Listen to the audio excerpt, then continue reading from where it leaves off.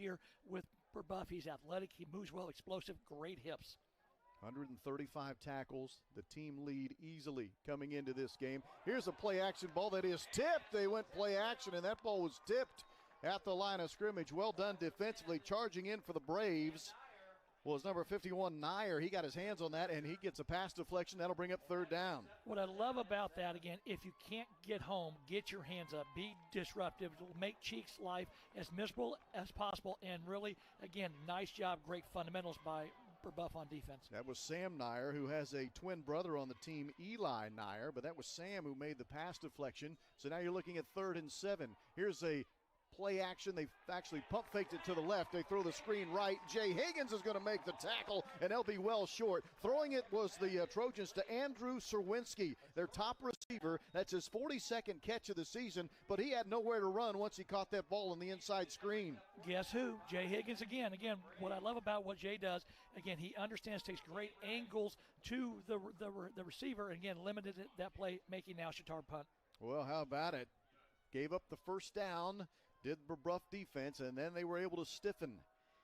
And they force a punt here from Jack Ane, who is the punter for Chittard.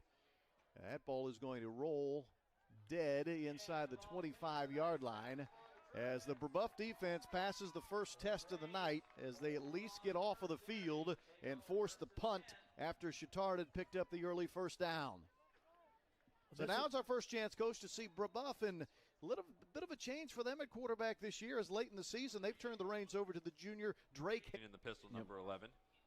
Behind him is Garrett Cora, the junior running back who's got 13 touchdowns for himself. Trips formation. Hendershot is at the point of that try formation. It goes over Robertson's head, and he has to slide on it.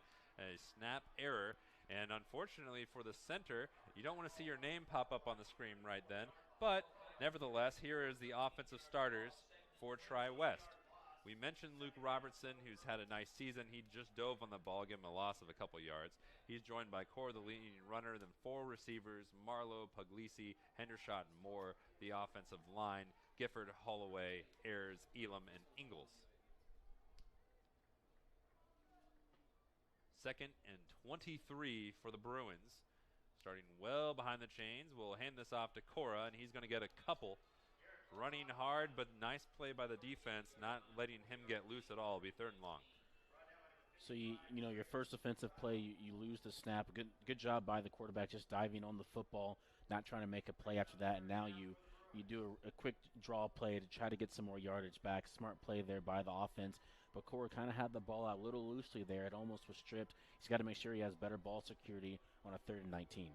3rd and 19, both student sections are quite full. Here on the near side is Tri-West, on the far side, Danville, and the Warriors faithful making some noise as Robertson adjusts the play. 3rd and long.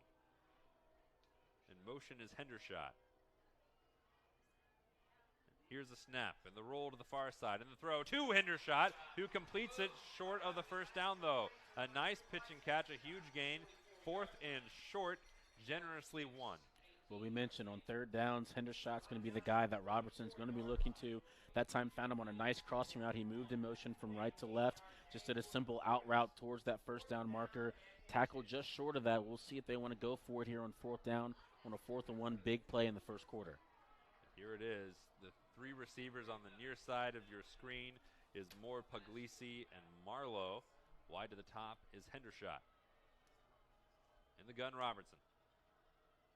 He will hand it to Cora, and Cora will be dropped for a loss and a turnover on downs. Burley. Llewellyn is the leading rusher, as you might expect, with 103 carries for 840 yards. They spread that possession around pretty good. This time they'll try the middle again, and this time they're going to get very, very little, if anything. Now you face a 4th down, Chen, and are you going to be forced to punt the football away again?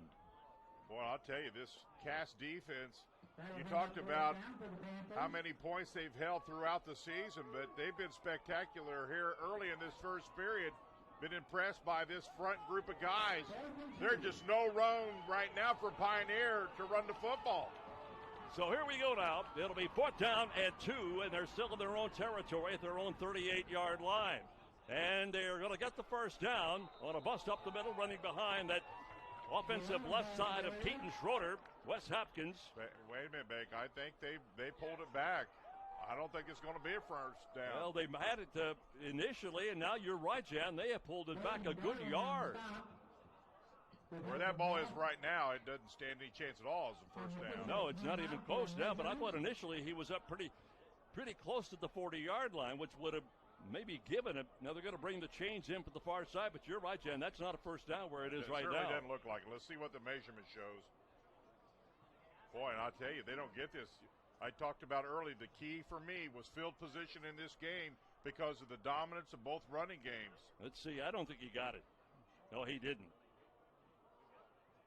No, it's half a yard shy. Yep. Well, 2 possessions and 2 holds for this Cass defense. And once again, Cass is going to have terrific field position. Tight end. He had to come from about 8 yards deep, but he was coming downhill and tried to get Taylor before he really got going. 2nd and 4 after the 6-yard run by Taylor. Cheek in the pistol again will hand to Taylor. This time he runs into a wall of Braves, and really good job holding the point up front. Higgins ended up helping out on the tackle, but also up there to help him was number 17, Jaden Childers for the Braves. And it's a gain of only 1. Tell you what, nice job by Burbuff. They're moving their front. They're slanting towards the strength. They're trying to create some kind of mismatch. And really, when you're outmanned physically, and again, they are by weight, then move your front and give your guys a chance up front. 3rd down and 3. A big 3rd down here for both clubs early in this ball game. Give it to the deep back, Taylor. He stepped through 1 tackle, and he's going to end up falling forward. Higgins finally got him by the ankles, but Taylor was able to break through the initial contact, and it ended up being a first down run. Again, great job by Taylor. Look at this. Point in the hole here. Great job. Jump step here. Jump cut. Nice job of keeping his feet in great balance. Almost took it to the house. So the ball now resting inside of the 25-yard line at the 24. It'll be first down and 10 from there for Chittard. Trojans have lost only once all season. That was in week 4. Cathedral beat them 31-21.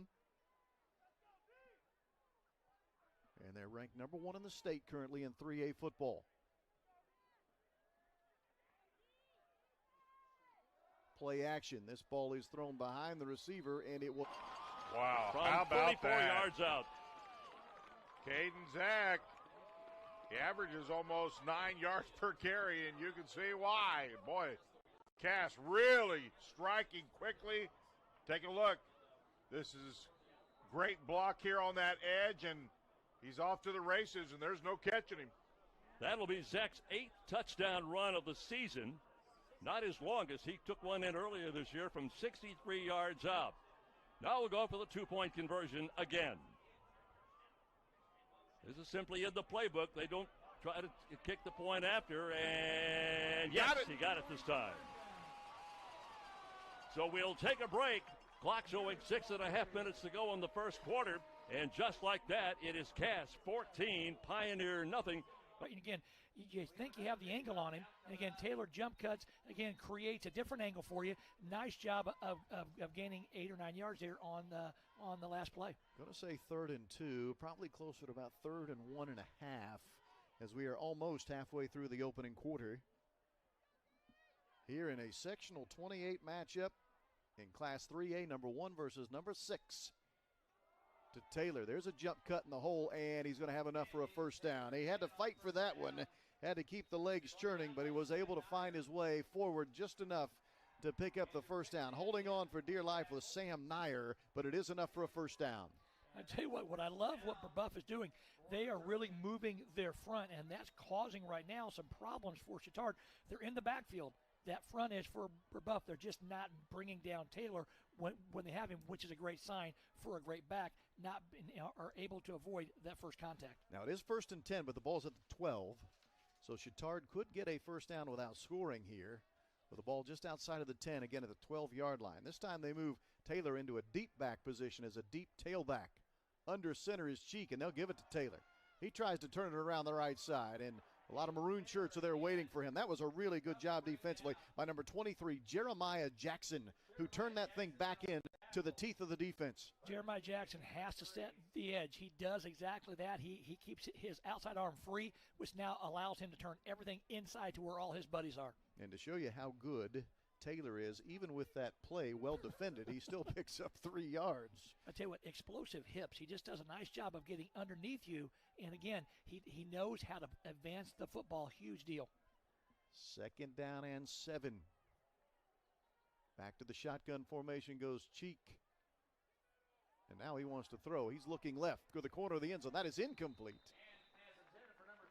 Over there in coverage for the Brebeuf Braves was Gabe Wright, number 18. That'll bring up a 3rd and 7. Say the one thing I would tell Chittard right now, don't get bored. You're doing a great job of running the football.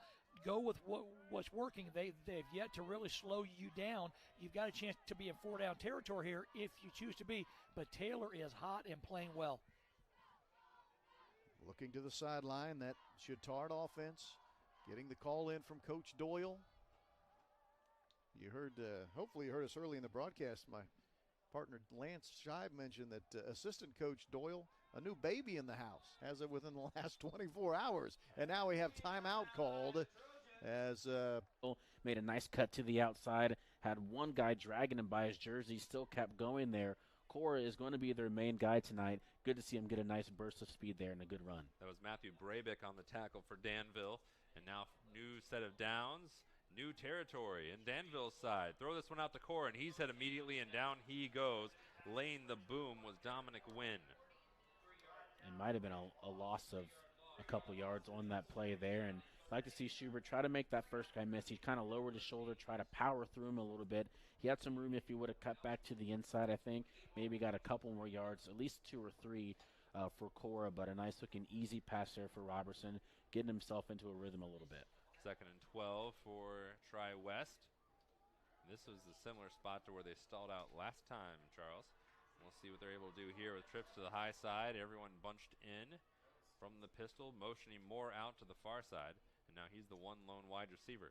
There'll be a handoff to Cora. Nice, strong run again. He gets to the 40-yard line. Gain of about 4 for Cora, but it brings up a 3rd and long for Tri-West. And this is their 2nd, 3rd, and long for Tri-West. The first time had a big play of 18 yards, was just stopped short of a first down. 3rd down and 7.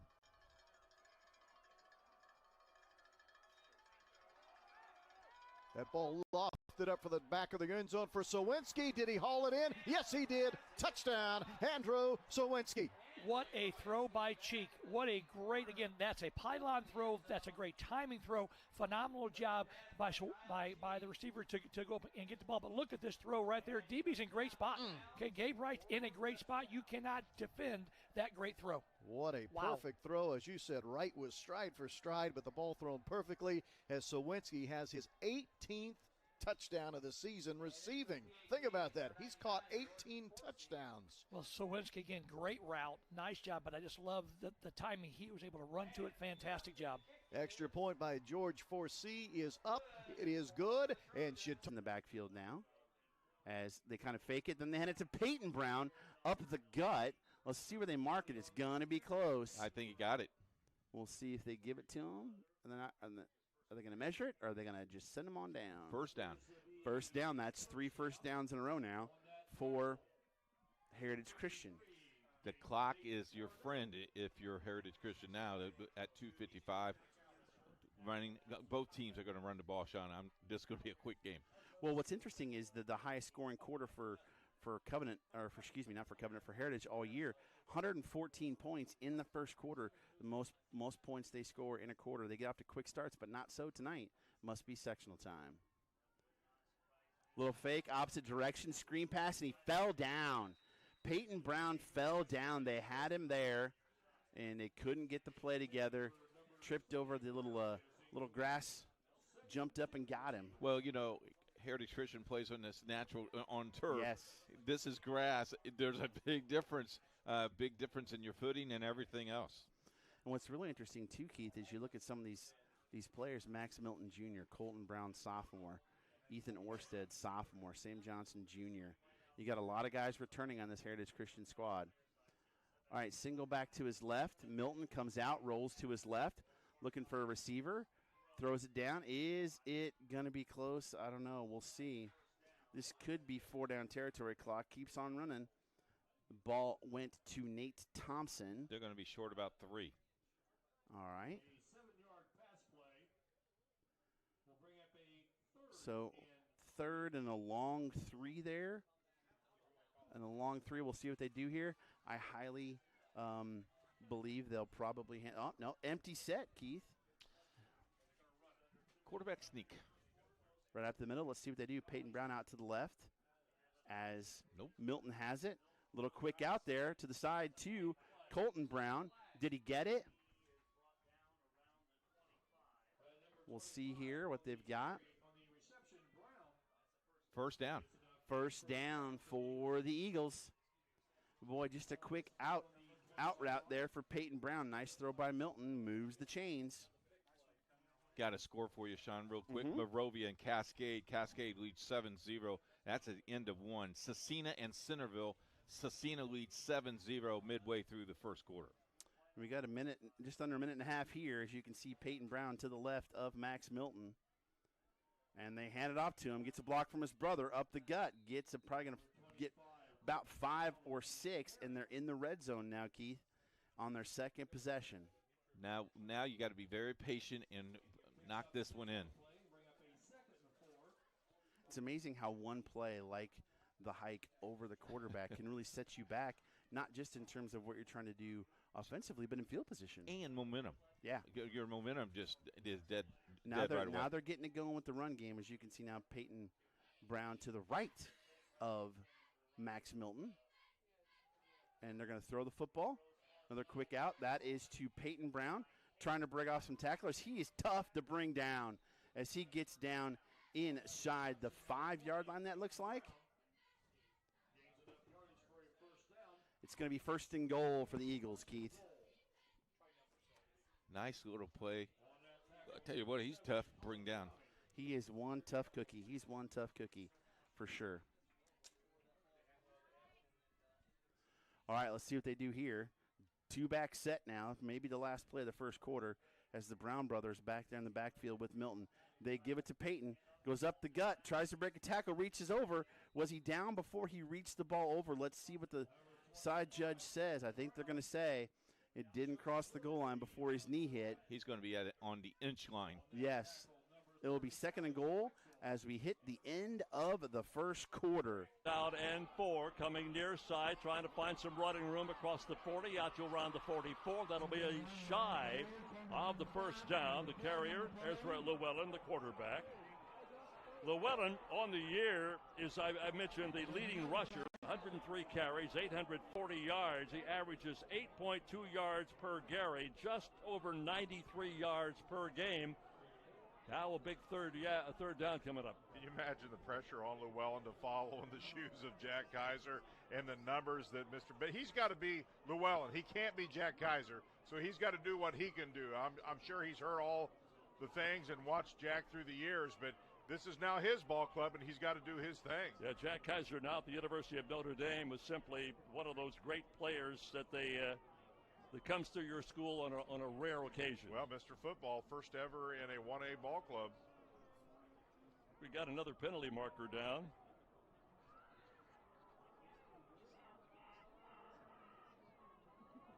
And let's see where they're going to spot the football. Right now it's at the 44. Personal foul, Pioneer. That's the last thing they needed. Okay, it's on both squads, so they're offset, so no harm, no foul, I guess. And they will give them the first down. I knew it was close. I wasn't sure he had it yet, Jan, but that's the first down of the game now for Pioneer. And that's big. I talked about early. Pioneer's offense really needs to get first down productivity and move the chains. So they finally have got a first down and moving the chains. Let's see if they can continue with this drive and get some productivity out of this offense. In that opening season loss to Lewis Cass, Dia Llewellyn rushed 18 times for 107 yards. So he and his brother combined for almost all of the offense. They'll try to come at near side, get nothing out of Miles Von Tobel, the wingback. Llewellyn Ezra Llewellyn rushed for 188 and Adai 107. So you can see that's 95 yards between the two of them, and that opening loss. Von Tobel came in and played a little bit of quarterback, was 2 of 4 for 40 yards, and Humphrey was 5 carries for 105 yards at a touchdown in that opening season loss, 28-22. 1:42 to go here in the open. To Peyton Brown because he hits the ground, and then when he hits the ground, it comes out. Yeah, I think that's a good call. And once the ball crosses the plane, it's a touchdown, correct? Correct. So we'll give it to the man, Peyton Brown, 1-yard touchdown run, making it 7-0. We'll keep you updated on scores all day long. Don't forget that regional volleyball tomorrow, starting at 9 o'clock. It starts out with 9:30 at 9:30 tomorrow morning. Volleyball today, and then at 10 o'clock. And on the fake, and then that was wide open running. 54 yards on the touchdown run. And you're right, Jan, they really desperately needed that. Llewellyn, if he can get in that open field, he can fly, and he just waltzed into that end zone that time after he got it in the open field.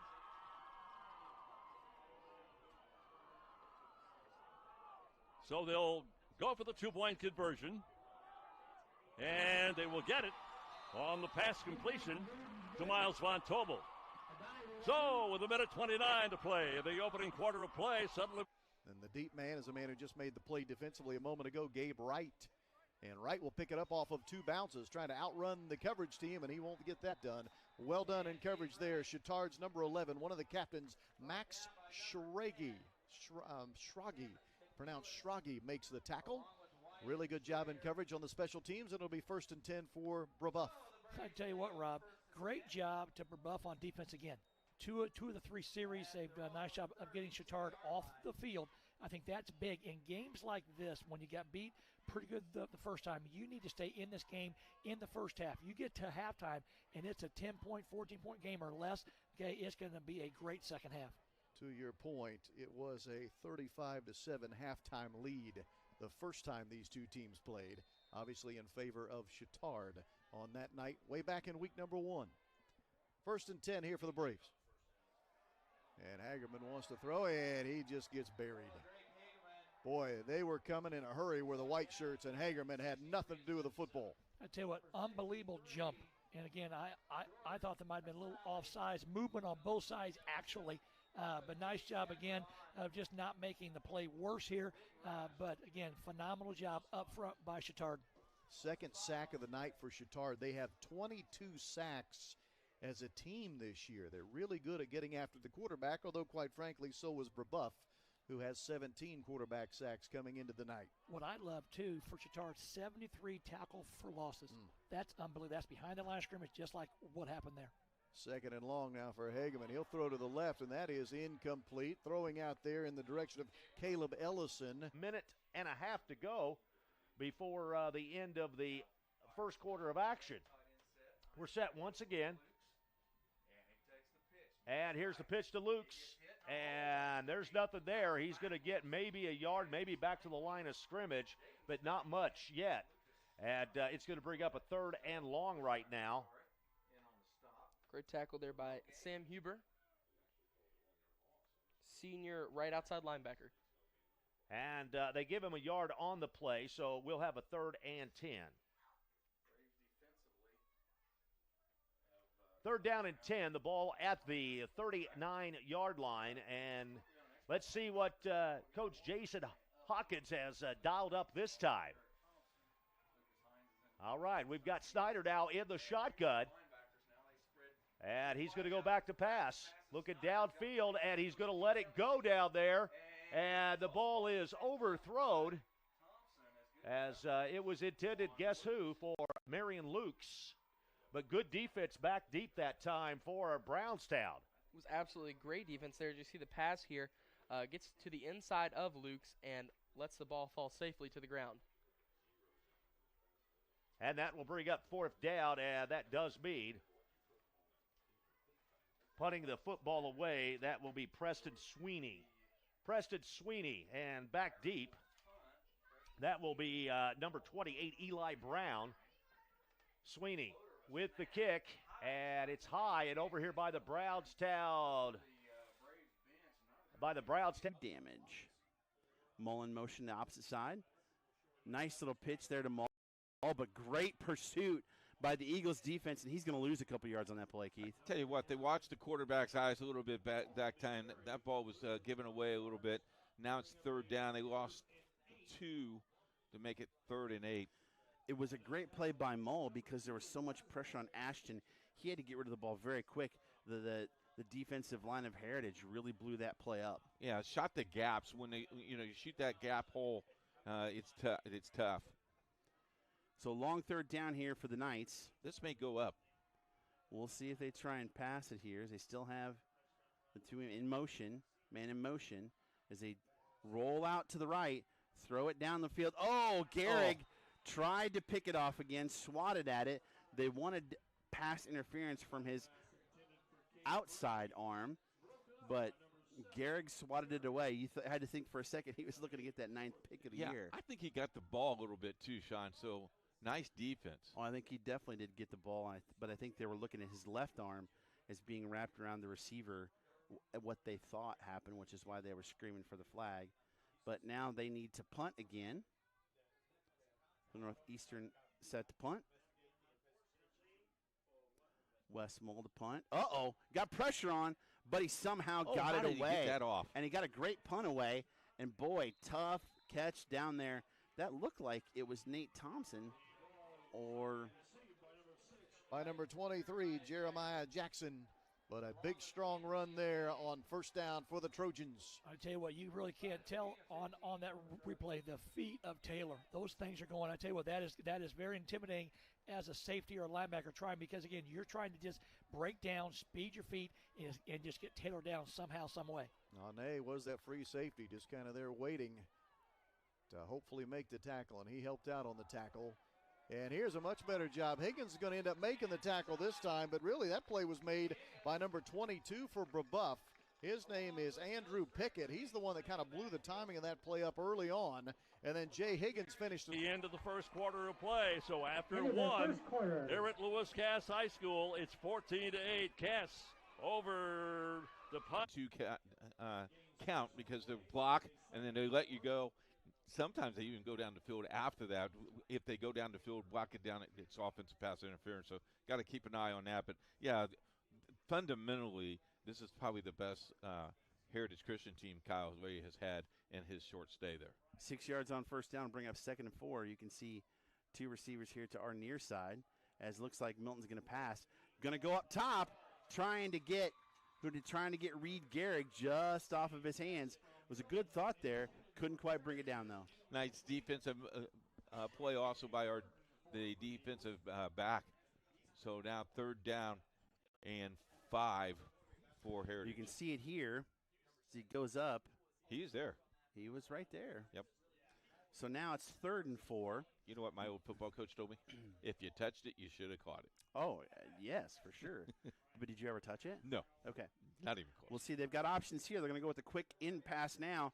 They get it to, that is, I believe, Nate Thompson. And they got a first down and move the chains. Nice little slant route to the inside. Yeah, for Northeastern here, you need to make a stop here this possession. I think if Heritage goes in, it'd be tough sledding being down 14-0. You know what's interesting about this Heritage Christian football team is they're high-powered and they can score quickly, but they also can be very methodical like they have been tonight in taking off just little chunks of yardage, keep the chains moving, which is what they've been doing. Fake to Brown. They're starting to sling a little bit more. They get it out to Peyton Brown, and again, he's tough to bring down. He just keeps bulling his way for a first down. Play action here because, again, it freezes the linebacker, actually falls down, and again, Ane goes up, makes the tackle. Great throw by Cheek. 16th catch of the season for Ane. And as I said, they're now in the red zone. That'll put Chittard over 100 yards of total offense here in this game so far. And they're looking at a 1st and 10 now with the ball resting on the 14.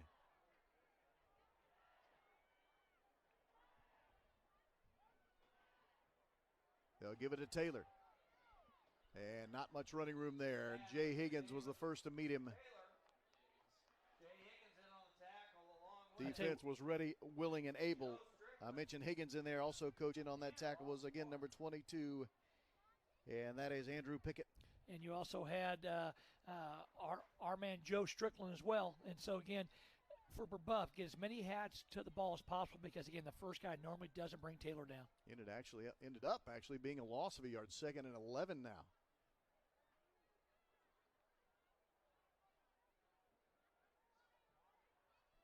Again, give it to Taylor between the tackles. Pickett had him for a moment, but he steps away, turning for the end zone, and that will be a touchdown. Touchdown, Chittard. Wow. I tell you what, again, Brebeuf is there. They're just not finishing the play. Their feet are dying on contact.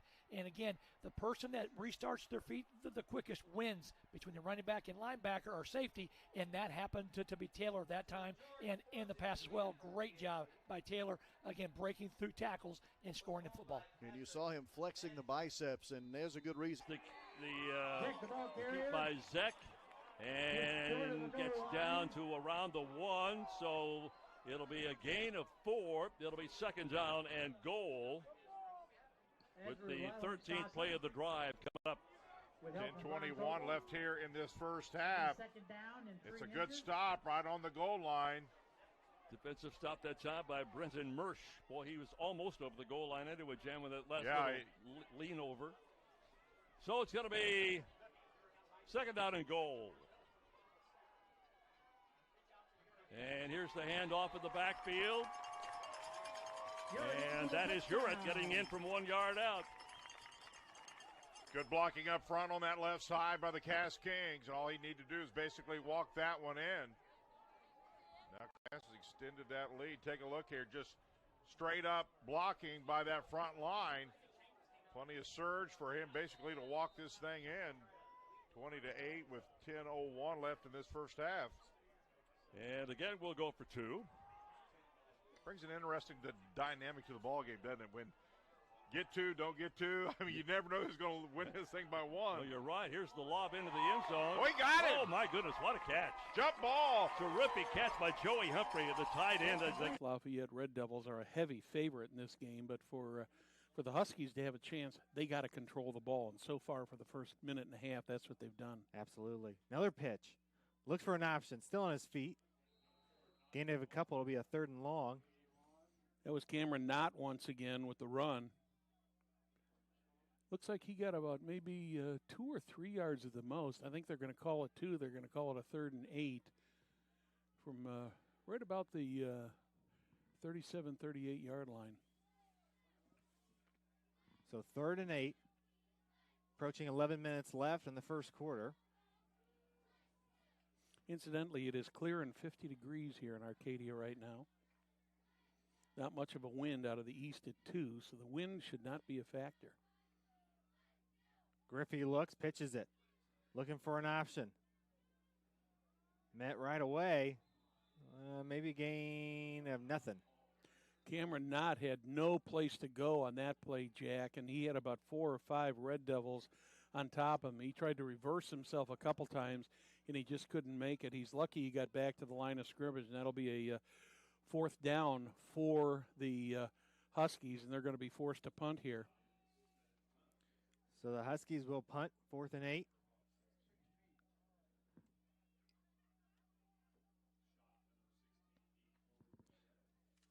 Looks like number 16 for West Lafayette back to receive. He's not very deep. Nice high punt. Huskies right there, right in front of shot, and he goes nowhere. He caught that ball at the 31, and he got pushed back to the 26, Jack. That was a good punt as far as the Huskies are concerned for getting the ball, be able to get the players down there and make a good defensive stand. Well, at first I think the Huskies thought they had fair catch. Called a fair catch. I was a little bit surprised that they didn't because the ball was hit so high, and there were 2 Huskies right down there, right in front of Sam's shot when he caught that ball, and he just went backwards instead of forward, and they're starting him at the 31. Handoff right away, met by the Huskies. That was Spencer Blackman. make that Blankman. Husky or Red Devils right back up to the line very quick. Fastest no huddle I've seen in a long time. Thrown out right away, number 25.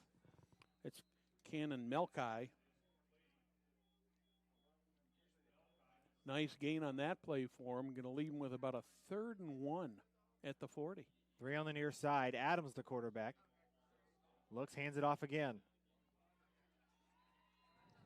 Blankman once again there, Jack, and he got 3 yards and got the first down.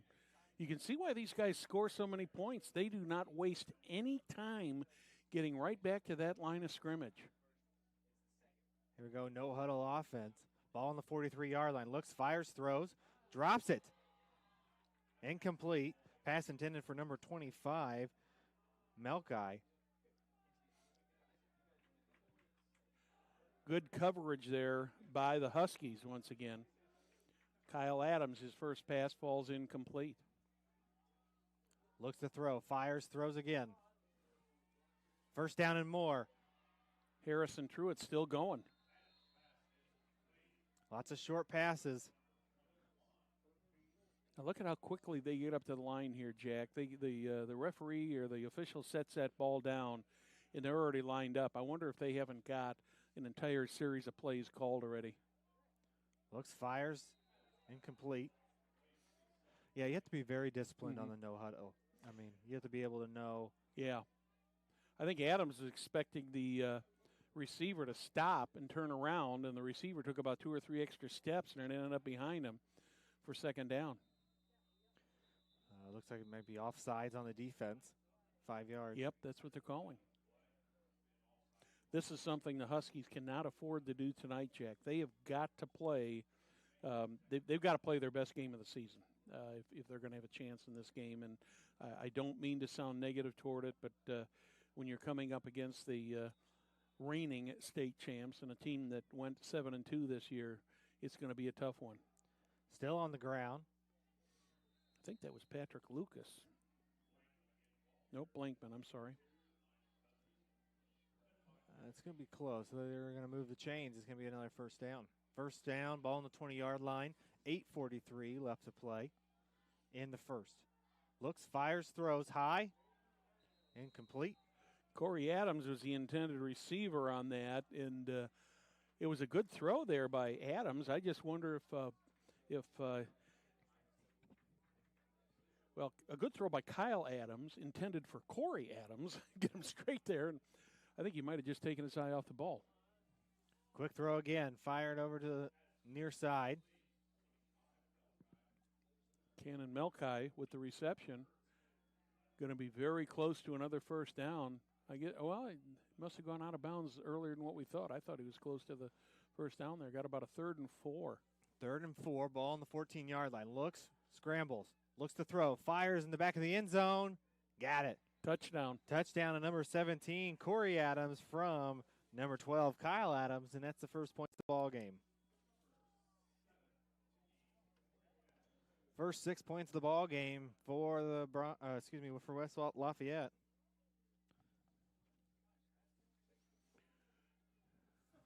Here comes the extra point attempt.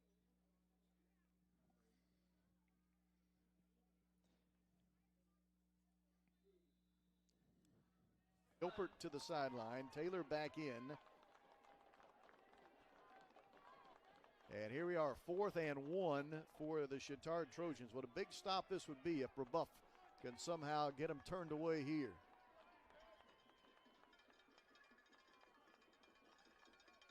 To Taylor. Oh, Brebeuf had a shot at him, but couldn't bring him down. I think Joe he's short. Strickland. Is he short, you think, Coach? Strickland would have caught him behind the line of scrimmage, but he's wiggled, I think he's short. Wiggled out of his grasp. And, boy, I tell you what, the Brebeuf defenders are all pointing that direction. They think he didn't get enough. I tell you, did you see Joe Strickland? What a play. Oh, my goodness gracious. The fact he didn't make the tackle is the only negative part of this, because watch how quickly he gets through there. He is, oh, my goodness gracious. Yeah, I tell you what, I thought it was a left-footed spot, which favored Brebeuf, because that means it was away from the yard line that they had to go. They still might have got it, but it's going to be really close. Sam Nyer ended up making the tackle when it was all said and done, but it was Strickland who was quickly into that backfield. I tell you what, I mean, I like him offensively, but defensively, he is a stud. My goodness. What do we have here? Short.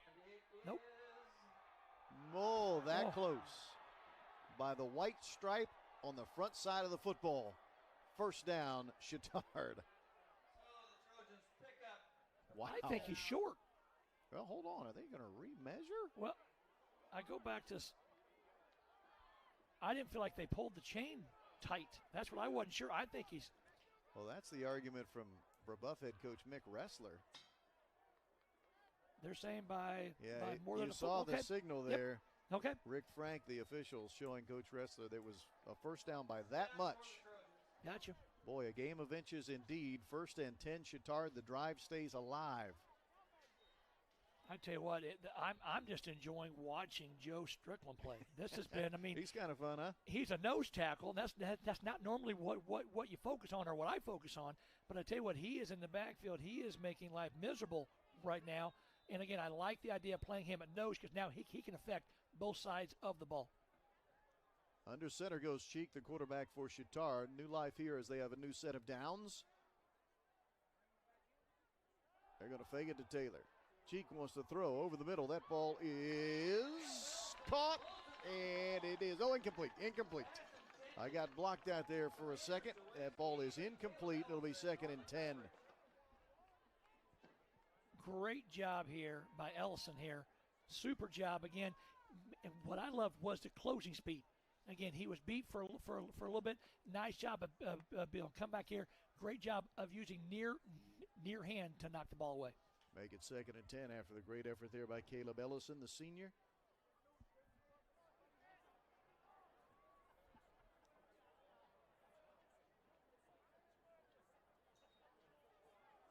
Cheek this time to Taylor. In between the tackles he goes. Look at those legs just keep churning. He carries 3 defenders with him all the way down to the 12-yard line. What a run there by Dalen Taylor. And that looks to me like a tired tackles. I mean, I just think, again, they're wearing down a little bit, that being Brebeuf. They've been on the field so much offensively, they've struggled to make first down to stay on the field a little bit. And again, that offensive line, Chittard's offensive line, along with Taylor, is a really potent combination. It was enough for a first down. 1st and 10 here now for Chittard. Again, they already have a 2-touchdown lead, trying to add to it here with 5:32 to play in the first half. Third touchdown in the second quarter for Heritage Christian. With 2:53 left, there's still plenty of time. Yep. You see the run here. I mean, he just get that space and just has to nose where the end zone is. The goal line, you can smell it. As the point after is going to be attempted once again by Caleb King. To try and make it 21-0. Kick is up, and it is good. Brebeuf was in the state finals in 2017, just 2 years ago. Play action. That ball's thrown up top and incomplete. They were trying to hit the tight end, running right down the middle of the formation, Logan O'Brien. But that ball is overthrown, and that'll bring up 3rd down. Again, great job of creating some pressure and just moving Cheek enough, off his mark where he could not hit O'Brien, who had broken free late. Again, nice job by that Brebeuf defense. 3rd and 15.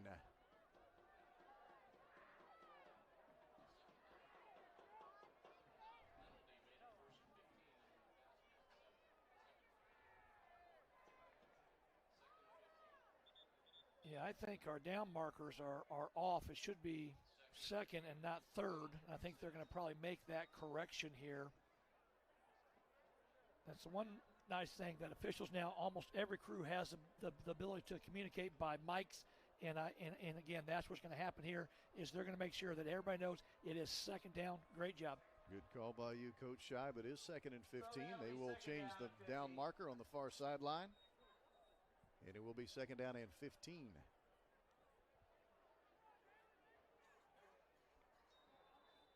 And you talked about this earlier. Brebeuf, Dyer's need of a turnover. Somehow they've got to keep Chittard out of the end zone. 14-0 is you can come back. 21-0, you start, the game starts getting away from you a little bit. Taylor emptied the backfield. Now they're going to try to throw it for the back of the end zone. And Sawinski, did he come underneath that and catch it? Yes, he did.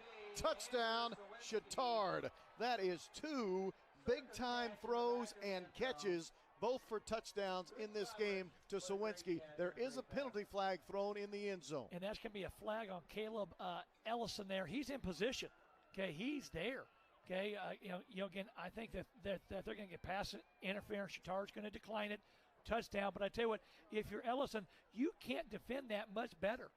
And again, that was just a great throw by Cheek. On he goes. It is going to be a return for a touchdown as he dives into the end zone. We'll try and get that number there. I can't quite pick it up. Cade Bray for a kickoff return. That was about a 86-yard kickoff return. A little razzle-dazzle there, Keith. Let's watch it again. Here, this is what I was going to do. Nice little flip. Here's the block right there. See that block right there? Nice job. Seal it. And then he just faked the kicker right out of his shorts, and boom, baby. Cade Bray with the kick. They needed something, and they got it. As into kick now is Wes Mull to try and make it 21-7. That gets you right back in the ball game. But you still give – the only problem is you give Heritage 2.5 minutes now. And they just blocked the extra point. He caught it. 10 and 4/10 left in the first half. Nothing on the scoreboard.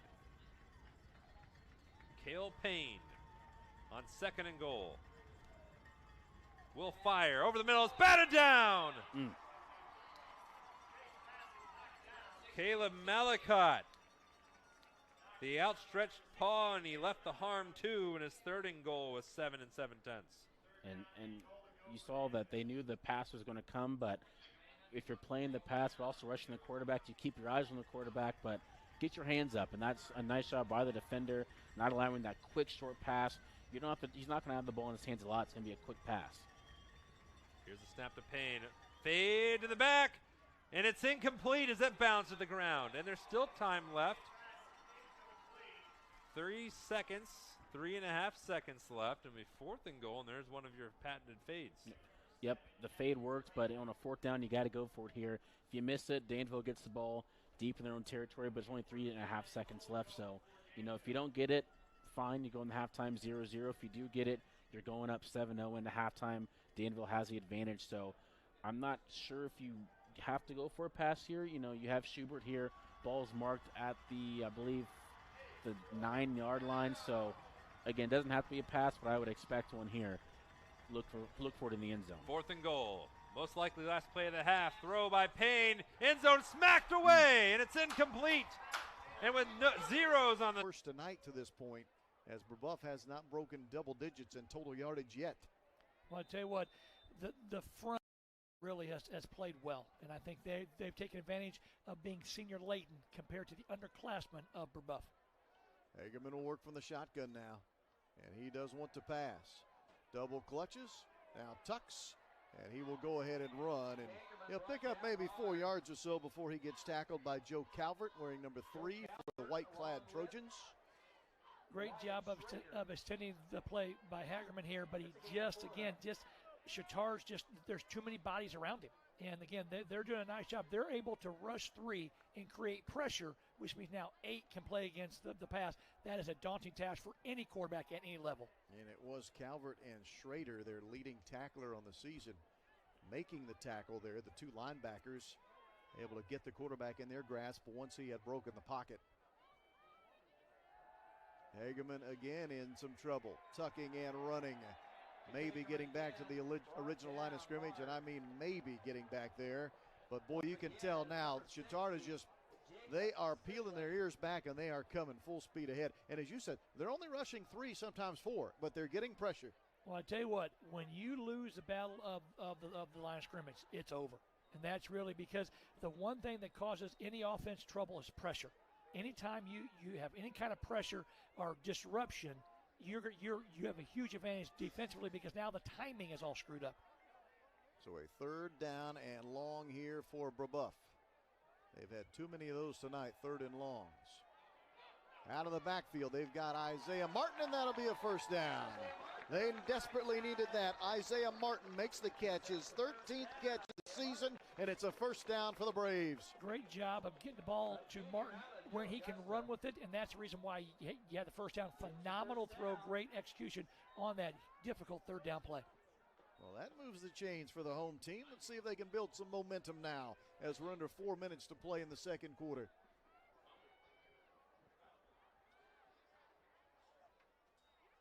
This time they'll hand it to Martin.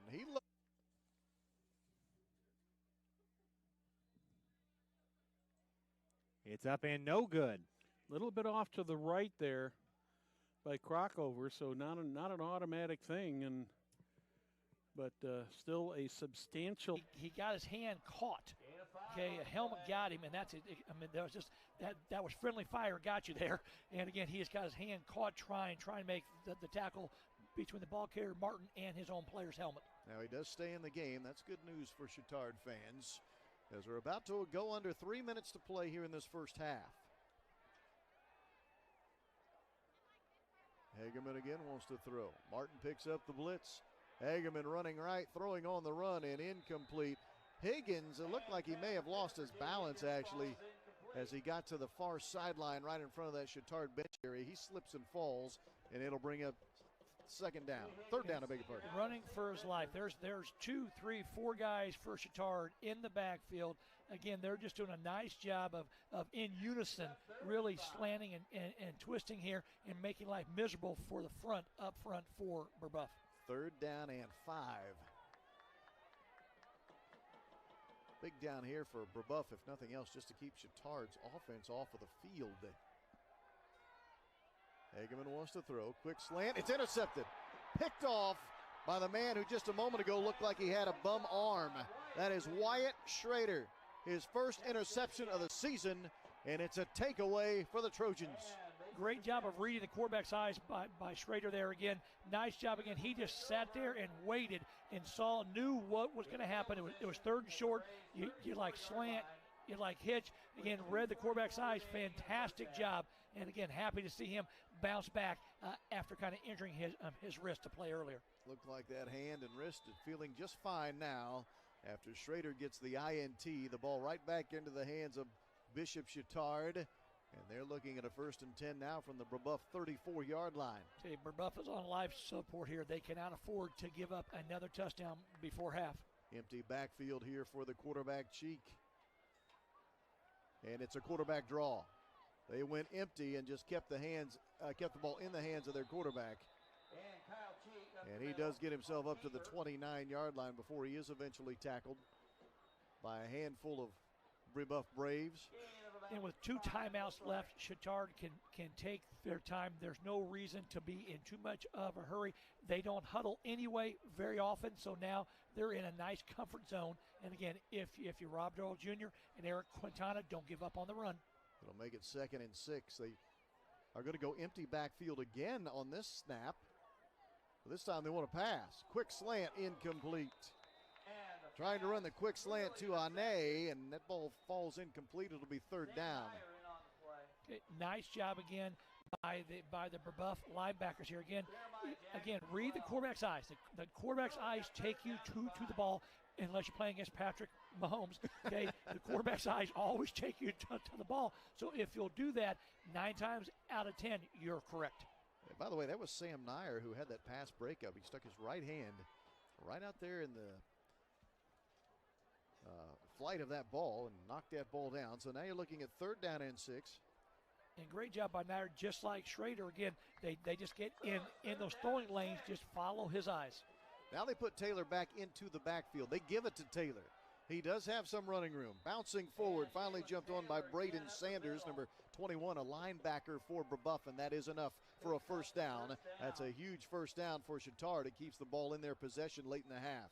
Again, with the fact the clock stops in high school football, every time you get a 1st down, you can still run the ball effectively, especially with 1:50 to go. Okay, keep running the football if you're Rob Darrell Jr. and Eric Quintana. And now they go right back to empty backfield. And this is a forward pass.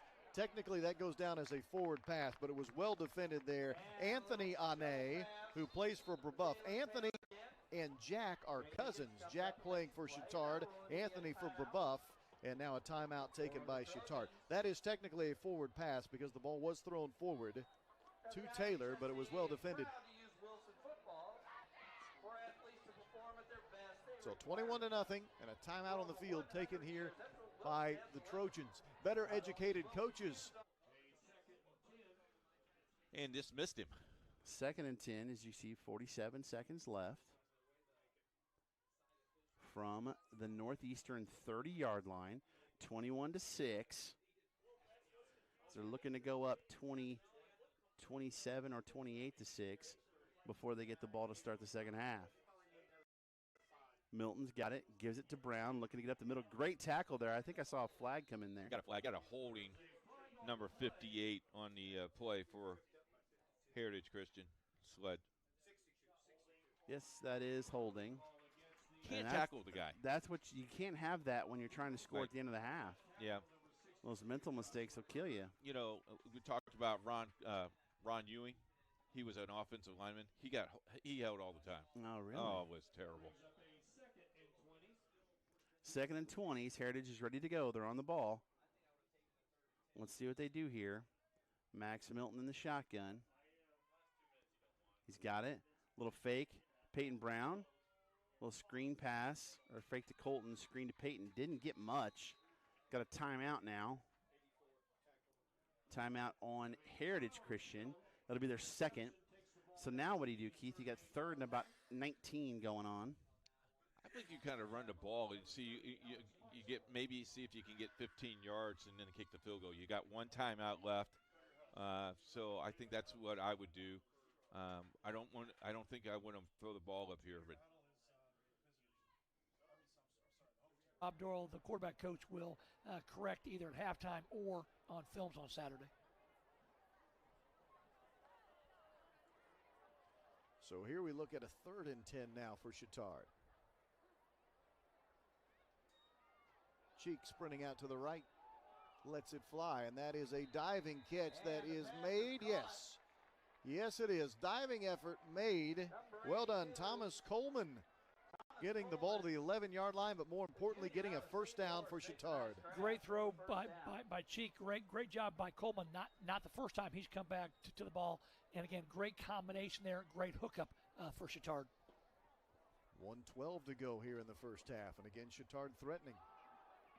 They'll give the ball to Taylor, but he's got nowhere to run this time. Quickly, that hole was closed up. Livingston Benjamin, a senior who wears number 50, in there to help make the tackle and make the play defensively. Nice job by Livingston to fight off the offense. That was Blankman. That would be Spencer, number 28, Spencer Blankman. Run out left, has his receiver. Is he in there for a touchdown? Yes, it is. Touchdown, Chittard. 3rd passing touchdown of the game for Cheek, as Sam Ritchie catches this ball and is barely able to push it inside of the pylon. Great job by Chittard. Love the schematics. You've got 3 receivers. You're flooding the area. You now make a linebacker or safety cover a long way. Great job by Ritchie of understanding where the pylon is and getting the ball across for a touchdown. And that was the linebacker Pickett who was having to chase that play all the way across the field. 3rd touchdown of the night for Cheek. He's got 22 touchdowns through the air this season. And all of a sudden, Chittard has opened up a 4-touchdown advantage. 4C to try to tack on the extra point, and it is good. 4C is missed only 1 extra point all season long. In his first year. Done a nice job with this team. Yeah. 6-5 last year. They beat Winchester 14-8 in the first round of sectional, then lost to LaPel 11-8. We'll see what they do here. Under center is Ashton Martin. Put somebody in motion. Hand it off. Boy, that got blown up quickly. Yeah, big loss there. You got a timeout from Northeastern. Wow. That's interesting. Yeah. Well, Keith, did you know since 2007, Northeastern has been to 5 sectional final. Line drive kick. Ooh, nice Got catch. it. That's Rodriguez. Looking around the outside. Ethan Rodriguez has had a couple nice kickoff returns so far in this game, Jack. One of the bright spots for the Huskies.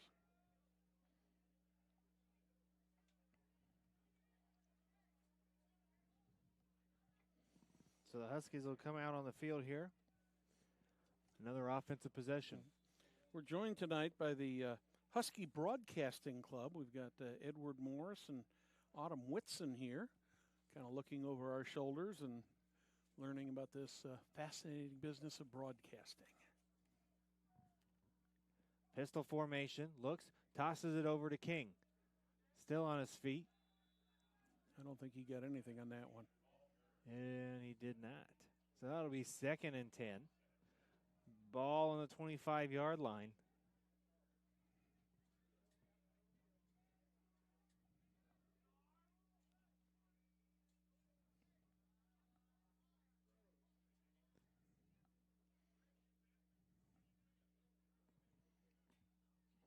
Griffey went off the field to get the play, and fortunately with that 40-second clock, he's still got 8 seconds to get the ball in play.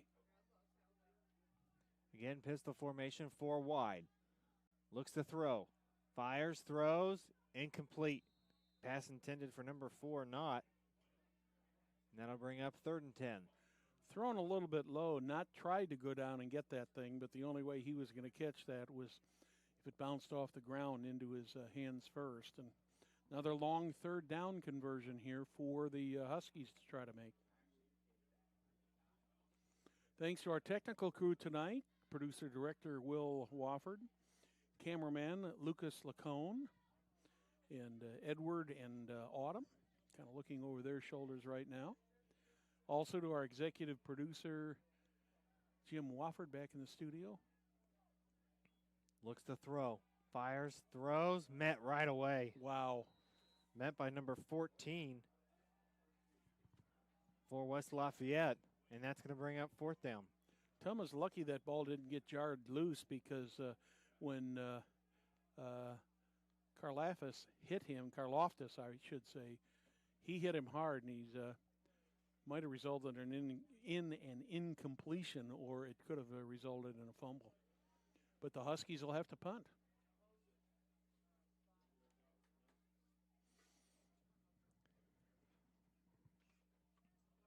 Nice high punt once again. This time, fair catch. Fair catch by number 16 for the Red Devils. And that'll bring out this Red Devil offense.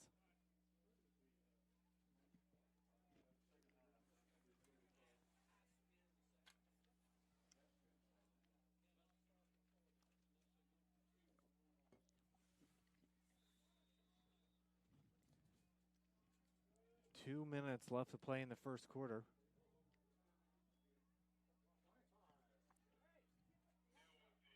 That was a good fake there by Adams, wasn't it? Yeah, it was.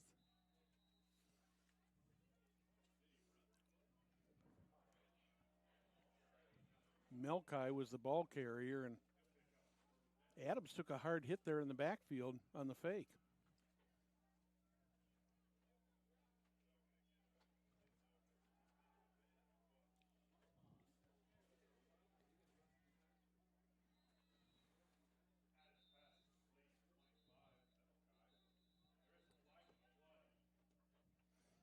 Isaac Tuma roughing the passer, ran Adams out of the play.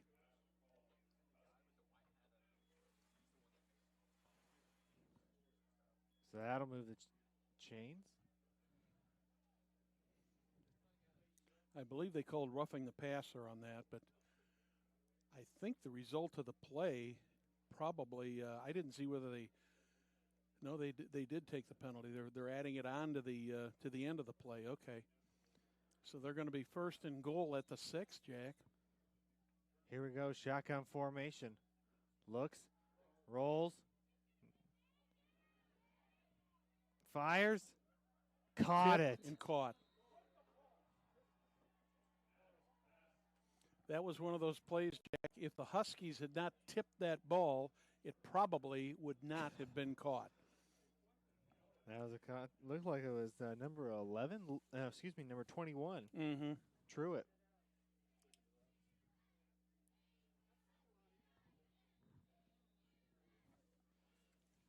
So 33-0 here with a minute and 38 in the first quarter. Down, up, That one looks good. and good. So with 1:38 left to play in the first, Red Devils lead 34-0. Hey, Jack, there is a lot going on Hamilton County Television this week. Let me tell you, in addition to this game tonight, Perry Williams is back in the studio with August LeCain on game day. Now, tomorrow is a huge day on Hamilton County Television Sports.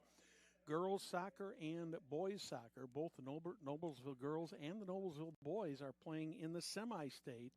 In both of those games will be in Kokomo, but they are at Kokomo High School. Before, when the semi-state was up there, it was at the ball field at Municipal Stadium. But Will Wofford was telling me earlier that those games will be at the high school, and the girls' game is scheduled at 3 o'clock, and the boys' game is scheduled at 5. And that's not everything we got going on. And after this, we'll tell you a little bit more. But there is just a bunch of stuff going on this weekend on Hamilton County Television. We usually like to fill the calendar. Mm-hmm.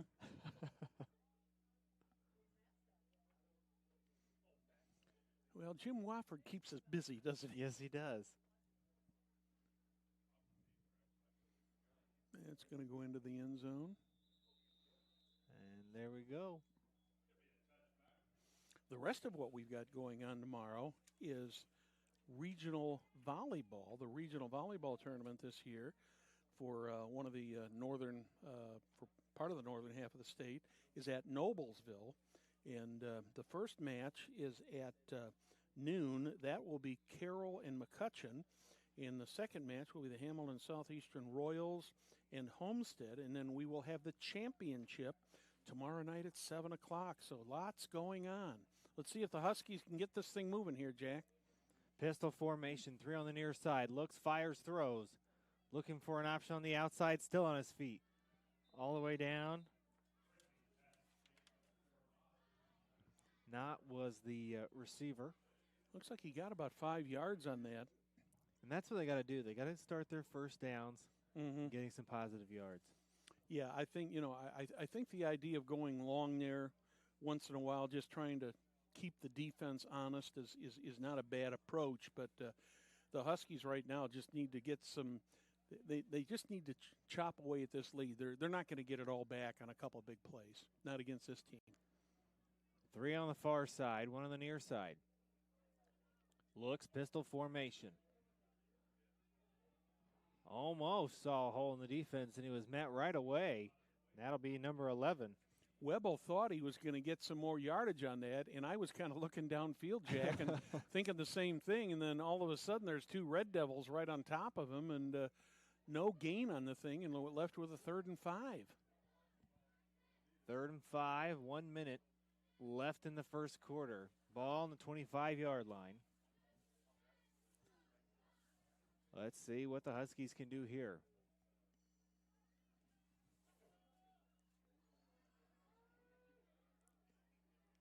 It's going to be a 4-wide formation.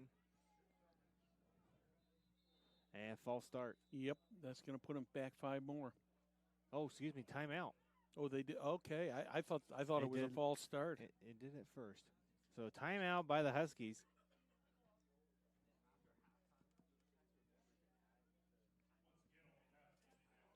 And next week we will have more sectional football action here on Hamilton County Television.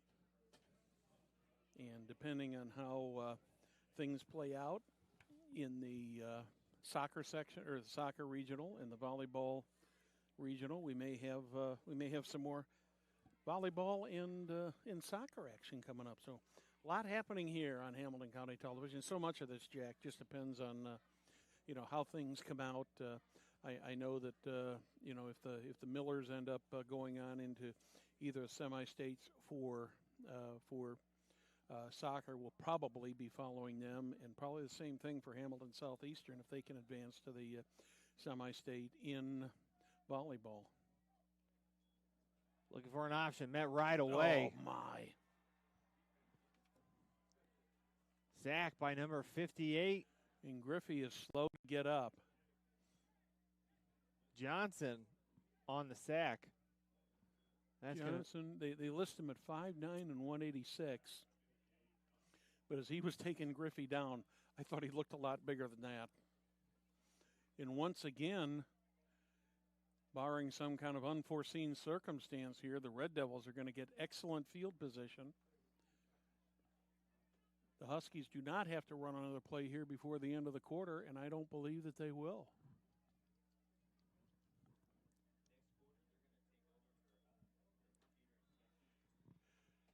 So at the end of the first quarter, it's the West Lafayette. The 25-yard line, so you probably would have had a fourth and or probably would have had a first down, I guess, for Tri-West had that penalty not have happened on the special teams. Robertson lifts this one into the sky. Doston will field it with his weight going backwards. Tries to make one man miss, cannot. And Danville will, however, have nice field position from their own 40. Field position was an interesting theme. It started out really in Tri-West favor, especially in the first half where they were able to get the punts working and where they needed it to. But we've seen both teams have had good field position and not taken advantage of it. Yeah, and we mentioned Robertson, if he's not doing it on the offensive side, he's doing it at special teams. He's had 4 punts, but all of his punts have gone at least over 35 yards. His lowest one was his first punt for 37 yards. So, he's putting Danville in tough positions, field position-wise, but this is the second best field position Danville has had so far in this game. We'll see if they can take advantage of that. Noah Wells in motion from the top to the bottom. Handoff to Schubert. Looks on that far side. Can he hit the edge? He does, and he stumbles for a first down. Man, did you see the speed that he had? Looked like he was going to be stopped in the backfield, and he somehow squirts out from the sideline. It gets very close to that first-down marker. Might mark him a little short of that marker, but regardless, you love the effort there by Schubert and just the speed and athleticism by that. Had a chance to get to the outside. Correction, he was 2 yards short, but a nice 8-yard burst by Chandler Schubert, who has been the Danville offense this game, and that has been the case. Last time these two teams played, Schubert, all he did was rush for 269 yards on 38 carries for a touchdown. Wells in motion again, just like last time. This one on a bit of a jet sweep, and there's the first down by Schubert, and he bursts into Tri-West territory across the 45-yard line to about the 41. And it looks so early that they want to get Schubert involved in this game. They seem to be taking the point of, okay, if we're not going to throw the ball, we have to run the ball. Schubert, you got to step up here in the second half. I mean, just look at the replay. Look at the hole. Handoff up the inside and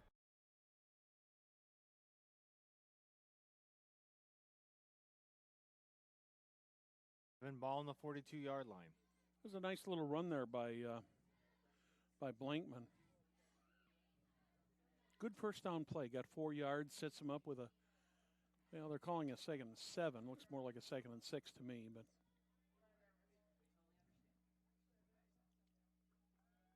Looks to throw.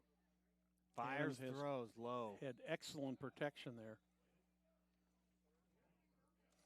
Well, we've got Edward and Autumn from the Husky Broadcasting Club. They're trying to get their own broadcast crew going here at Hamilton Heights High School, and they're here with us tonight, and they are being mentored right now by Will Wofford and Lucas LeCain over there on the camera and producer-director. We're glad to have them with us tonight. Always good to see young talent coming into the game. Was that a fake, Jack, or was that a fake? That was a fake for I sure. had no idea that Adams had the ball. They get another first down. So 1st and 10, ball on the 31-yard line. Still on his feet. Blankman, we might have a holding call. Yeah, that's coming back. Yeah, it's holding against the Red Devils. So That's going to negate what would have been about a 5-yard gain. That being a spot foul, it may cost them 11 yards on this because they threw the flag at the 31-yard line. They're putting it down at the 41. So in reality, that cost them 11 yards. So it'll be a first and 21. Empty backfield, 5 wide. Looks to throw. Fires, throws. From one Adams to another. And it'll get him back to the line of scrimmage. So it'll be 2nd and 10. Ball on the 31-yard line. Nice tackle there by Bobby Williams for the Huskies to not allow Adams to get any more yardage. Got the 10 yards from the penalty back. Looks, keeps it himself.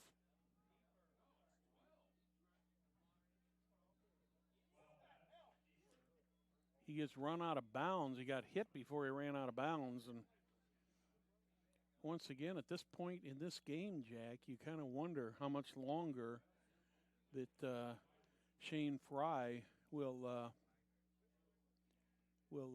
keep Kyle Adams in this game. And Cass football at their own 21-yard line. Cass averages 43.1 points per game.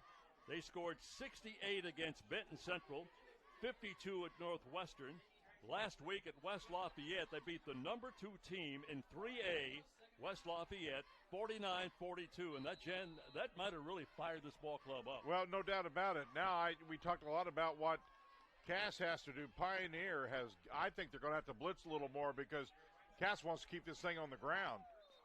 He'll get it out across the 25 to the 28-yard line. A gain of 8 on the first play. It'll be 2nd down and a couple of yards to go for the first down. And again, Cass has not been picked up 5 yards on the play. Tendency to throw the football. They threw the ball, Jen, according to my unofficial stats, one time on the 3rd play of that 13-play drive when Urett ran in from 1 yard out. So they've thrown the ball one time in this football game. And the key will be first down productivity, and they got 5 off the first down. And they got the first down. They hit the ball out to the 34-yard line.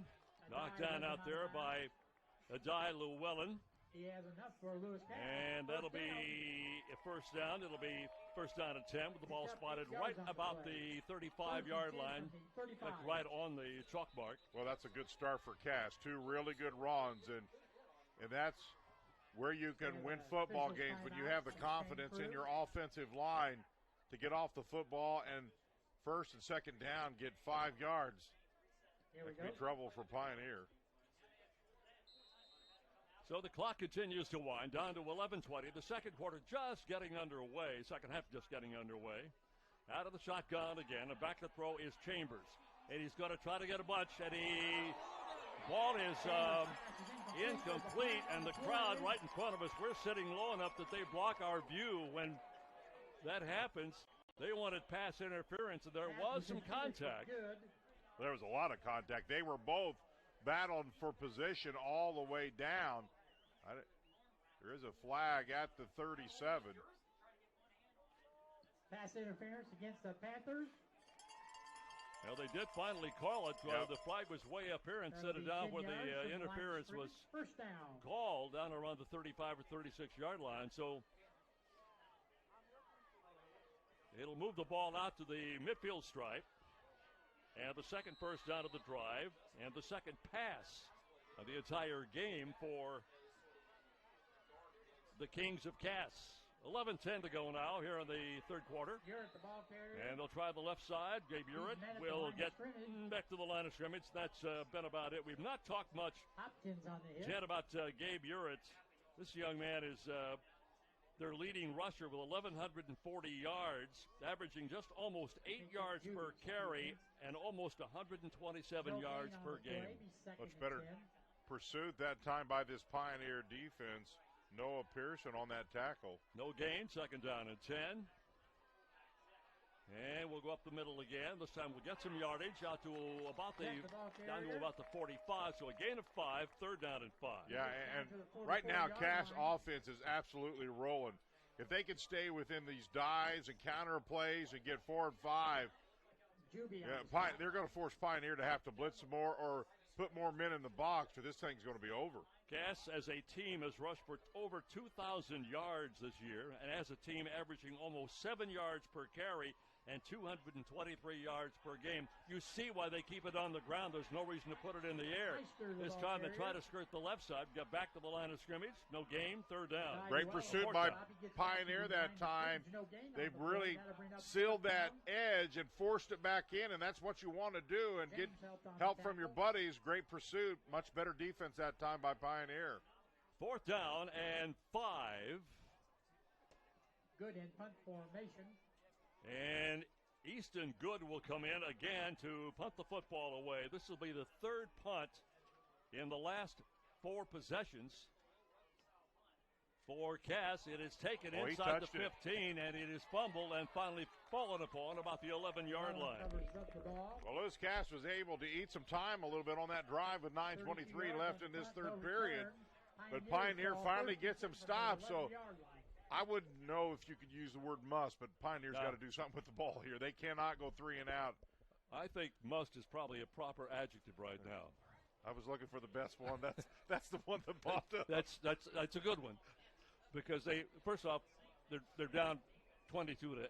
Secondly, the time they used up about 2.5 minutes that time. Yeah, and Pioneer's going to start this drive on their own 11, so they got a long way to go. And they got to get there in a hurry. And again, Jan, this goes back to what you and I chatted about at halftime, field position. They just haven't had it in this game. And give credit for Lewis Cass for that field position. First down and 10 for the 11-yard line. Going to the man in motion on the far side. Logan Smith. Look out! And up the far sideline and finally out of bounds. Logan Smith, the wingback, comes out of the backfield. Gets a terrific swing pass from Llewellyn and picks up yardage. Logan Smith, just a sophomore, makes some noise, and I like the play called by Pioneer. They got to widen this field a little bit to help their running game, and this is a great way to do it. The quick pass and good yardage. 33 yards on the pass completion that time from Llewellyn up to number 2, Logan Smith. And so they'll set up at the 44-yard line. For Smith, that was only his 4th reception of the year.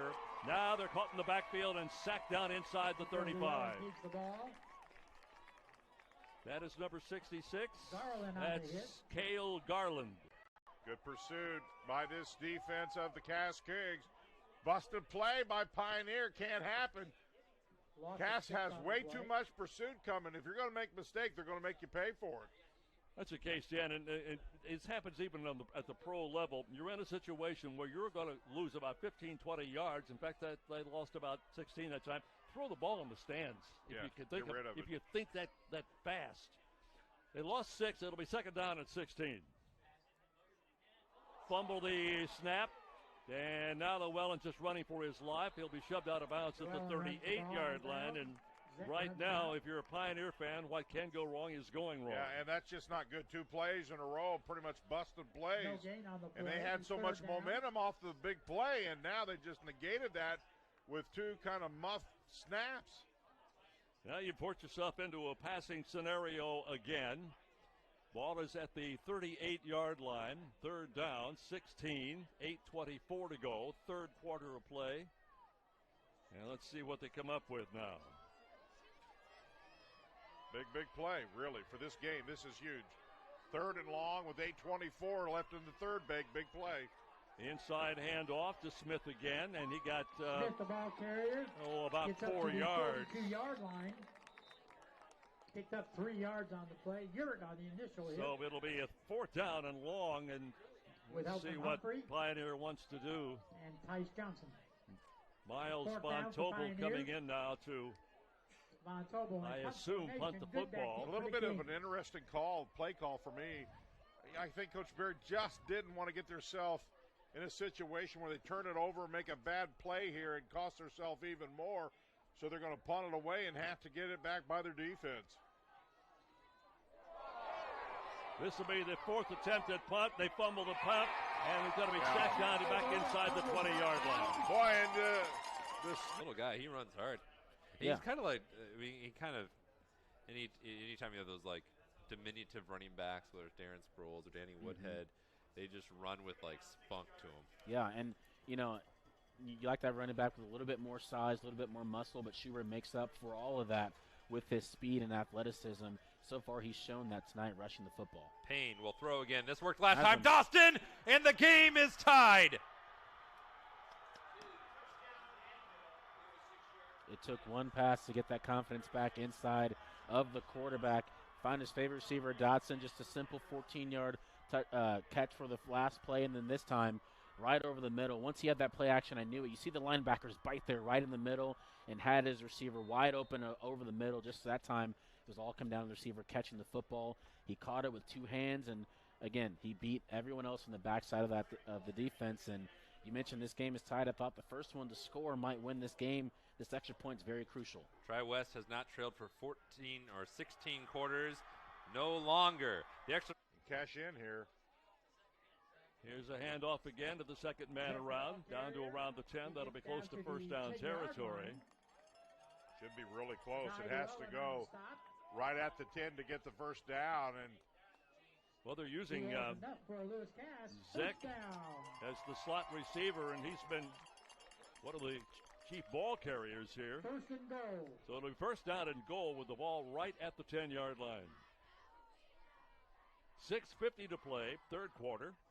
It has been all Cass in this game with a score of 22-8. It was 14-8 at the end of the first quarter. Cass tacked on another one in the second quarter of play. And up the middle they go again, inside the 5, down to the 4 again. He gets down to the 5-yard line where James stops good him. blocking right up the middle there for Cass. They're just going to grind this one and take as much time as... Hageman on a sprint out right. Gets a nice block from Martin. He'll throw on the run for the back corner of the end zone, but incomplete, intended for Petrie, but out of bounds. It'll be second down. Pretty decent. A lot of times they'll get really close here in the wing tee. Urich, handoff, right side, knocked down at the 2 or the 3-yard line. This Cass calls their version the spread wing tee, so it's a little bit different variation of the wing tee. So the spot is just outside the 2. It'll be third down and goal with 5:45 to go here in the third quarter. Third and goal.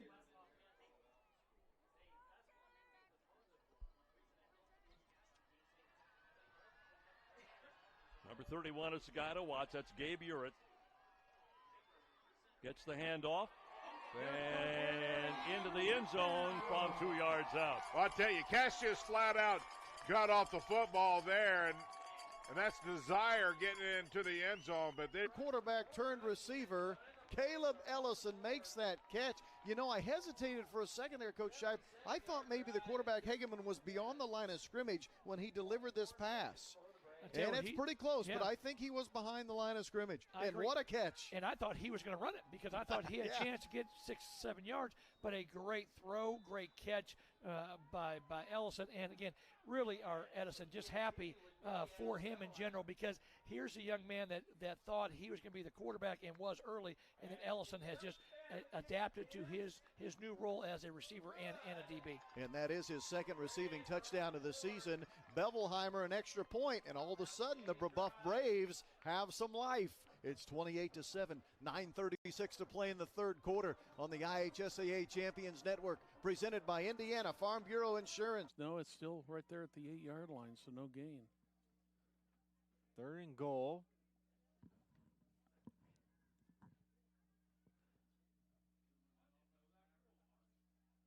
Looks to throw, fires on the near side. Got it. Touchdown. They're saying he was across the line when the ball broke the plane, and that is another touchdown for, let's see, who is that? That's Jack Montez who caught that ball. Another 6 points on the board for the Red Devils. 5:27 left to play in the second quarter. The extra point is up. Looking good from this side. And good. Red Devils 44. that has Danville leading, and a miscue on a kickoff. And now here's a fresh set of downs. Here's Dostin. He had the touchdown last time he touched it, and he has another first down. Tyler Dostin and Cale Payne are on a rope with each other. And Dotson's not, small at all. He's 6'4", 220 pounds. He's a big guy, tough to bring down, and he's showing that with this Tri-West defense. They're having a hard time bringing him down, and it's not that they're deep passes, Jonathan. These are really just short passes, and Dotson's really doing the rest, using his feet and using his legs, and all about the effort. So he's done a nice job with that. Tri-West defense, it's been a defensive battle all game. The defense is going to have to pick it up here and get their offense back on the field. Here's Payne. We will fake the pitch and be swarmed down by Tri-West. Nice pursuit. Nice. They didn't allow the pitch at all. Tri-West didn't, and then they're. And the college, our pros last weekend, same type thing. I think it was Buffalo. Same thing. You pop it up, and you got guys that are ready for the ball to hit the ground or land. Hit it on in stride. Fantastic job. That's the thing, right? If you catch it in stride, full sprint, look out. You are off to the races, and Simler sets them up nicely. First and goal from the 4-yard line.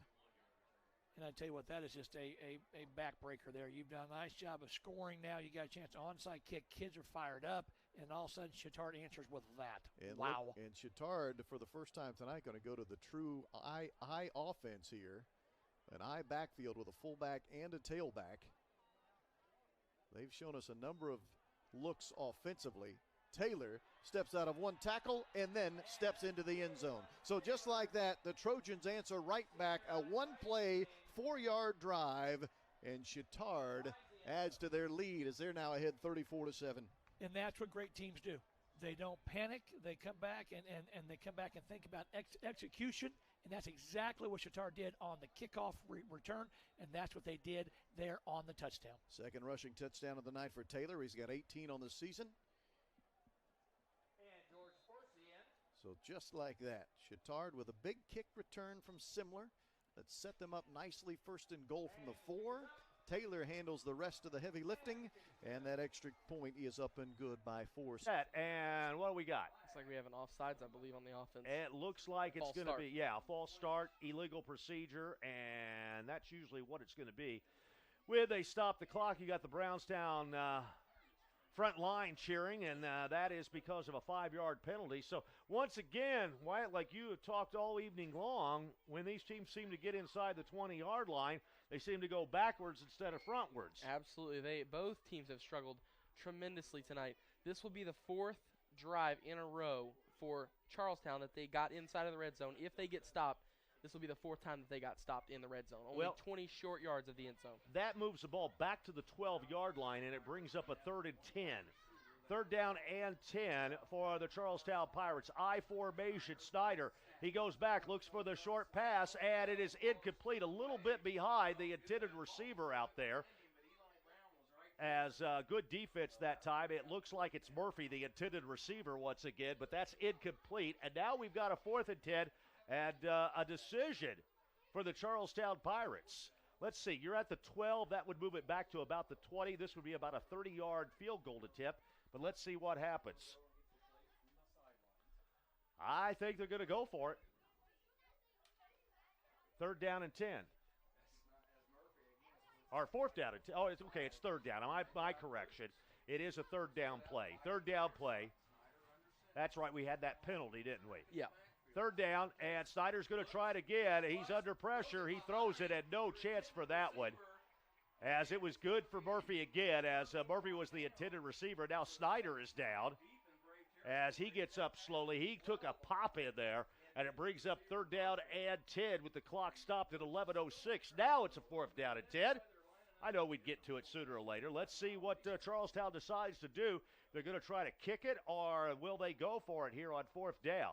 I think you should definitely go for it. You're only at the 11-yard line, and, I think that they will gain yards on this play, and worst come to worst, you're making the Brownstown offense drive 90-plus yards. Actually, that was 4th down. I was right all along, and that was a loss of downs, and the ball goes back over to Brownstown. So I'm not going to listen to you guys anymore, that's for sure. I looked over at that scoreboard. The scoreboard said 3rd down and 10. The scoreboard was a down behind, and We'll get Chuck Ledbetter on that, Mr. Everything of Charlestown. He'll get up there and say, hey, you need to have the right down up there. It just confuses poor Wyatt for the IHSAA Southern Indiana Sports Productions team. Now, what do we've got here? We've got a legal procedure called against Brownstown this time. That moves the ball back to the 7-yard line, and it's 1st and 15. Thompson spins. He doesn't get much as he's brought down, stood up, and maybe gets back to the line of scrimmage. If that, well, they're going to actually mark him up about the 9-yard line. I didn't think he got up to the 9, but he did. And that's just good second effort. So we'll call it 2nd and 13, the ball resting at the 9-yard line. 2nd and 13 as we get ready once again. Brownstown deep in their own territory right now. Another great defensive stop by Brownstown to take over the football. And Thompson goes back as now he's off to the races. He looks for his blocks. He breaks one tackle. He breaks another one. He's still going. And oh my gosh. He trips up. Oh, what a play. You know, that looked like a busted play as he went back. As it looked like he was going to throw the football. And then he found, some room. 170 basketball games. I'm excited to see the defending 4A state girls champion this year. Hamilton Southeastern Royals with Oregon commit Sydney Parrish. Yep. Let's see. Oh, little screen pass out to Colton Brown's got some space over towards the sidelines. They drop the sticks. Goes out of bounds. Got about 6-7 yards there. If you know, there's some great girls basketball talent in this state. You look at Northwestern. Is it Northwestern or Southwestern? Northwestern. Northwestern up in Kokomo. They moved up to 4A. They've got 2 big-time commits there. I tell you what, 4A is just loaded. It's loaded. With Yes, it is. And we have just as many girls games as we do guys. Yep. Milton the shotgun here. Brown to his right. Hands the ball off to him. First down. Heritage Christian. Okay, so you're the NFL top 100 players. You ready for this one? Okay. Peyton Manning was 8. Brett Favre was 20. Guess who was 21? Tom Brady. Really? That is crazy. Ridiculous. Yeah. 1st and 10 here. The allergens are out in the air now, Keith. Mm-hmm. As they get it to, Milton a little pass. Oh, down the sideline. A little razzle-dazzle there. Kind of a nice little fake. Caught us off guard, but our cameraman got it right off. Good old Peyton Brown. Again, Brown and Brown. Hey, let's mention the great job the officials have done. Look at this, the quick pass, scoot down 10, 12, 14 yards. Nice job. The officials done a nice job. We're looking for officials. If you want to meet an Indiana high school athletic official, please contact the office. We need you.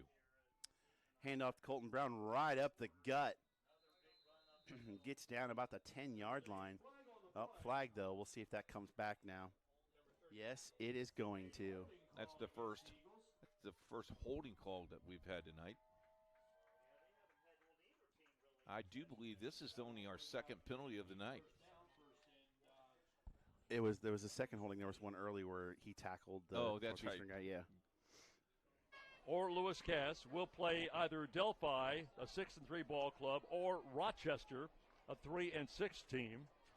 And that'll be, of course, next Friday. The other teams in this sectional, Manchester, Bremen, Wabash, and LaVille. Touchdown, Danville. Wow. 99.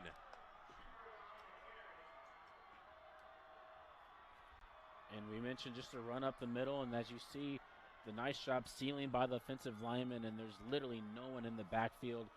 Tri-West gambled with pulling out an all blitz up the middle, and Schubert made him pay with a 99-yard touchdown run. And now 20 unanswered points here by the Danville Warriors, looking to make it 21. The holder is Luke Wooten. The kicker is Braden Wallisher. The snap is down. The hold's good. The kick is up. It is through. And that's good. Hand off. Went into the middle. There was You're at the nowhere to ball go. carrier. Angles to the right Subtraction side, and to the Uritt's going to 15-yard get line. himself about 5 or 6 yards again. Llewellyn stops him. Well, I like this young man. He's a good player. Ty Llewellyn. Both teams have some good Picked young up 9 players here yards as on the well. play. He's second and And 1. Lewis Cass really on the move here. Uritt's 7 100-yard rushing games this year with a high of 189 against West Lafayette, the number 2 team of the state in Class 3A. Bacon's Rochester 28, Delphi 14. That's a third period score. Okay. Keep an eye on that because that's important to these guys. Breaking over the left side, and You're at the ball carrier. on a 2nd down and 1, we'll get the first down. He gets down to the 8-yard line. And again, that's Uritt. Burst on the stop for Pioneer. Well, I have to give so much Lewis credit Cass to off this first Lewis Cass down. front line. They have clearly been the difference for me First and offensively. goal from the 8. You win the line of scrimmage offensively, and Pick good up things a 7 usually yards happen on the for play. you. It is first down and goal from the 8-yard line with 1:08 to play. Eights are wild here in this third quarter. Here's the handoff. Uritt will take it inside. Third touchdown of the game for Gage. Just another big hole on that left side. Field. He's going to go up top, trying to get back to. He gets it back. Great job there by Gary and Sharp. Got the big catch there, and now he gets the touchdown as the reward. He gets it from 5 yards out, and it is now 34-6. 6'3". How about that? You know, 6'3", and someone who's guarding you is about 5'9". Yeah, you see the replay here. Just throw it up lofted. there. Yeah, just let him go get it. And boom, there it is. That's just tough to do. That's tough to defend. It's so difficult as a shorter DB when you got a tall guy like that to try and defend him, as Caleb King is on for the extra point. As it is good, 35-6. You are watching IHSAA. They're doing well in the air and on the ground, Jack.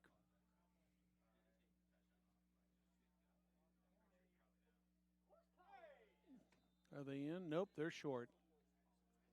Nolan Jacobs was the ball carrier, and he's just about to the goal line.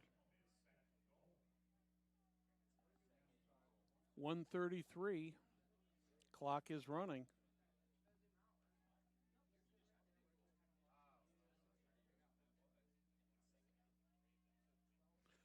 For the first time tonight, it looks like Kyle Adams is getting signals from the bench as far as the play. Another running. Adams is going to keep it himself and go on in.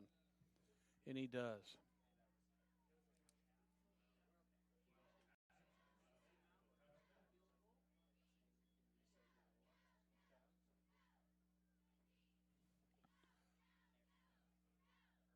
So the Red Devils are at the half-century mark right now.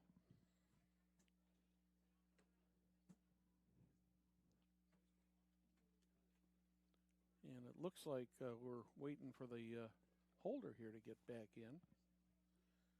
They're under 10 seconds. That's what it was.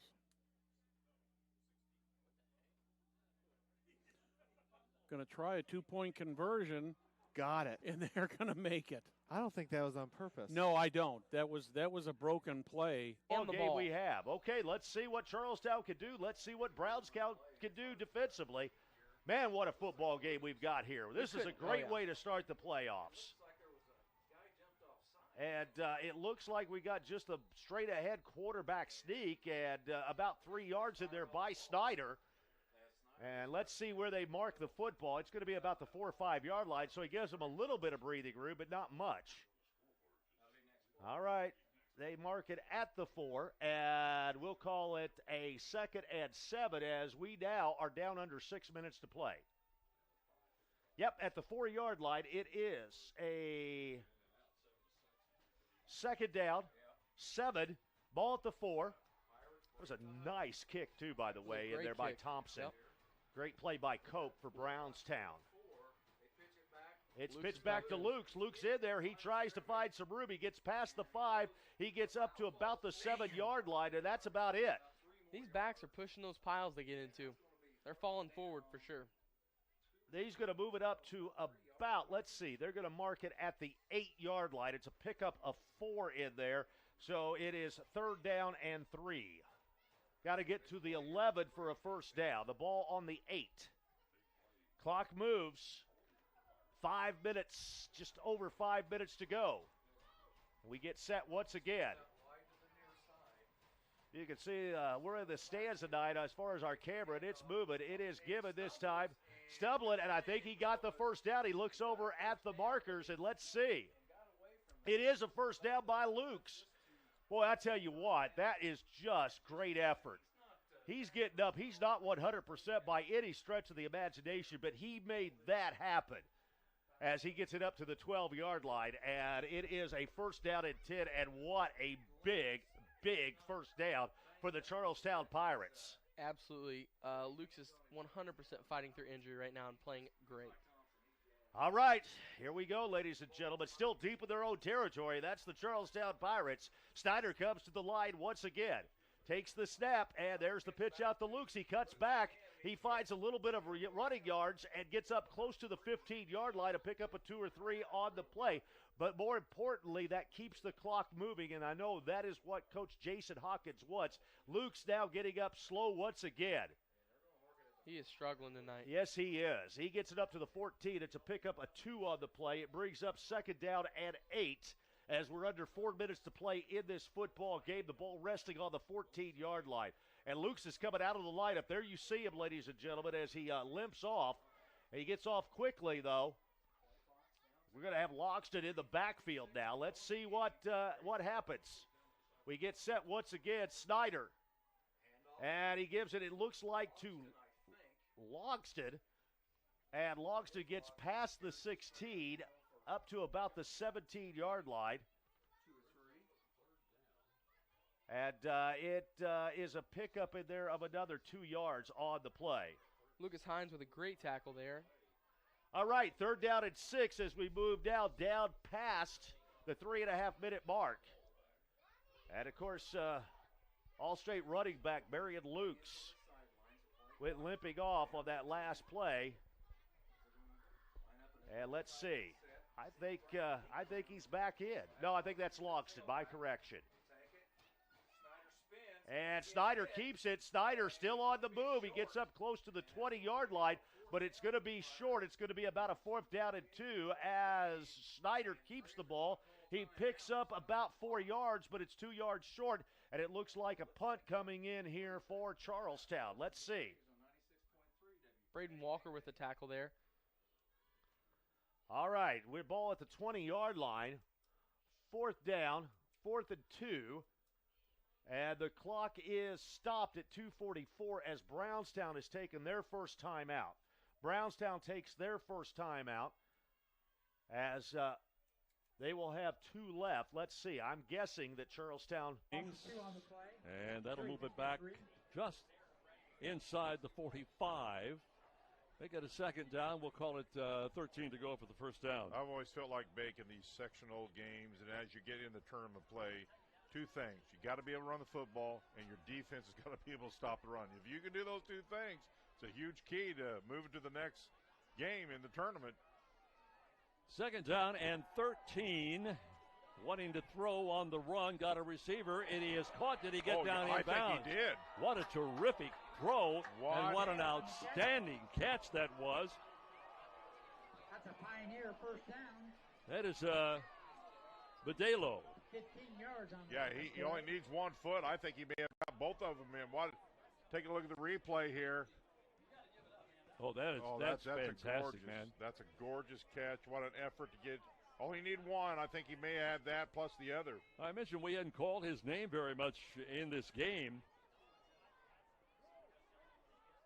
And that was a showcase effort there. Llewellyn throwing on the run, got a receiver upfield, and it is. I think he got it. No, they say he did not. Boy, I thought he held on to it. Yeah, there's football over there, so long way away from us, and he was not able to control it and hang on. That was a Badelo again. Looked like he had a shot at it, was just not able to hang on. Take a look here on the replay. This is a nice throw, you know what? It is nice. He's rolling to his left. Difficult throw because all his momentum is going against what he wants to throw the football. And just not able to bring it in. He had it, but just couldn't control it all the way through the catch. And that'll stop the clock at 10:42 to go in the fourth. 36-8 is your score. It's been all Cass in tonight's sectional opener. And off of the backfield this time to Von Tobel. Von Tobel, the ball carrier. And he gets a little yardage. It'll be third down, and we'll call it 6 for the first down. Diego Badello, 12 catches for 153 yards coming into the game tonight. He had 5 touchdown catches. Thought he had another one right there and just could not hang on. Pioneer score came back at the 129 mark of the first quarter. Llewellyn, a 54-yard run. And that's been it. Clock at 2 minutes exactly right now.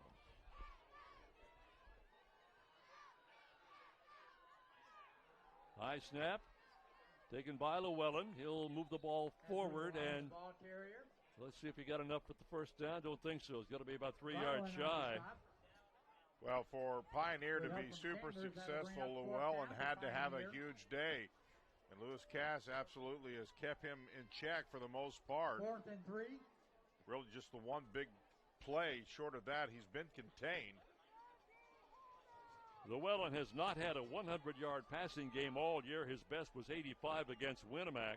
He's had 4 100-yard rushing games with a high of 188 against Cass in the season opener. Here's the pass toward the end zone. Bobbled and incomplete. Well, he caught it, but he ran out of real estate. What an excellent grab. It was out of bounds when he caught it, but pretty good coverage, but he covered through the real estate here. See, he really forced that pass to be way outside and knew the real estate wasn't there in order to stay in bounds. So the 4th time in tonight's game that Pioneers turned the ball over on downs. 2nd time in a row. Well, their second half, Jan, the first time they got it, they fumbled the snap when they were trying to punt it away. The next 2 possessions, they've turned the ball over on downs. They've only had the ball 3 times here in the second half. That's not going to get you any points. You know, at times, the Pioneer has shown they can move the football, but really the inconsistency of their offense and the consistency of Cass's defense is the difference in this game. I'd be shocked if Cass puts anything in the air except maybe on a 3rd down situation where they're trying to pick up a first down to keep that clock running. Clock is stopped now with 9 minutes and 1 second to go. And Lewis Cass, their high water mark scoring-wise this year, they scored 68 against Benton Central in the 3rd game of the year. We mentioned earlier they average 43.1 points per game and allow 17-9. So now the clock starts to move again inside 9 minutes. And 36-8 is your score. And we'll come near side and go out of bounds. With Gabe Urich carrying the ball. With help from Smith. Not enough for the first down, so it's going to be a third down. Well, it's going to be roughly 6 yards to go for the first down.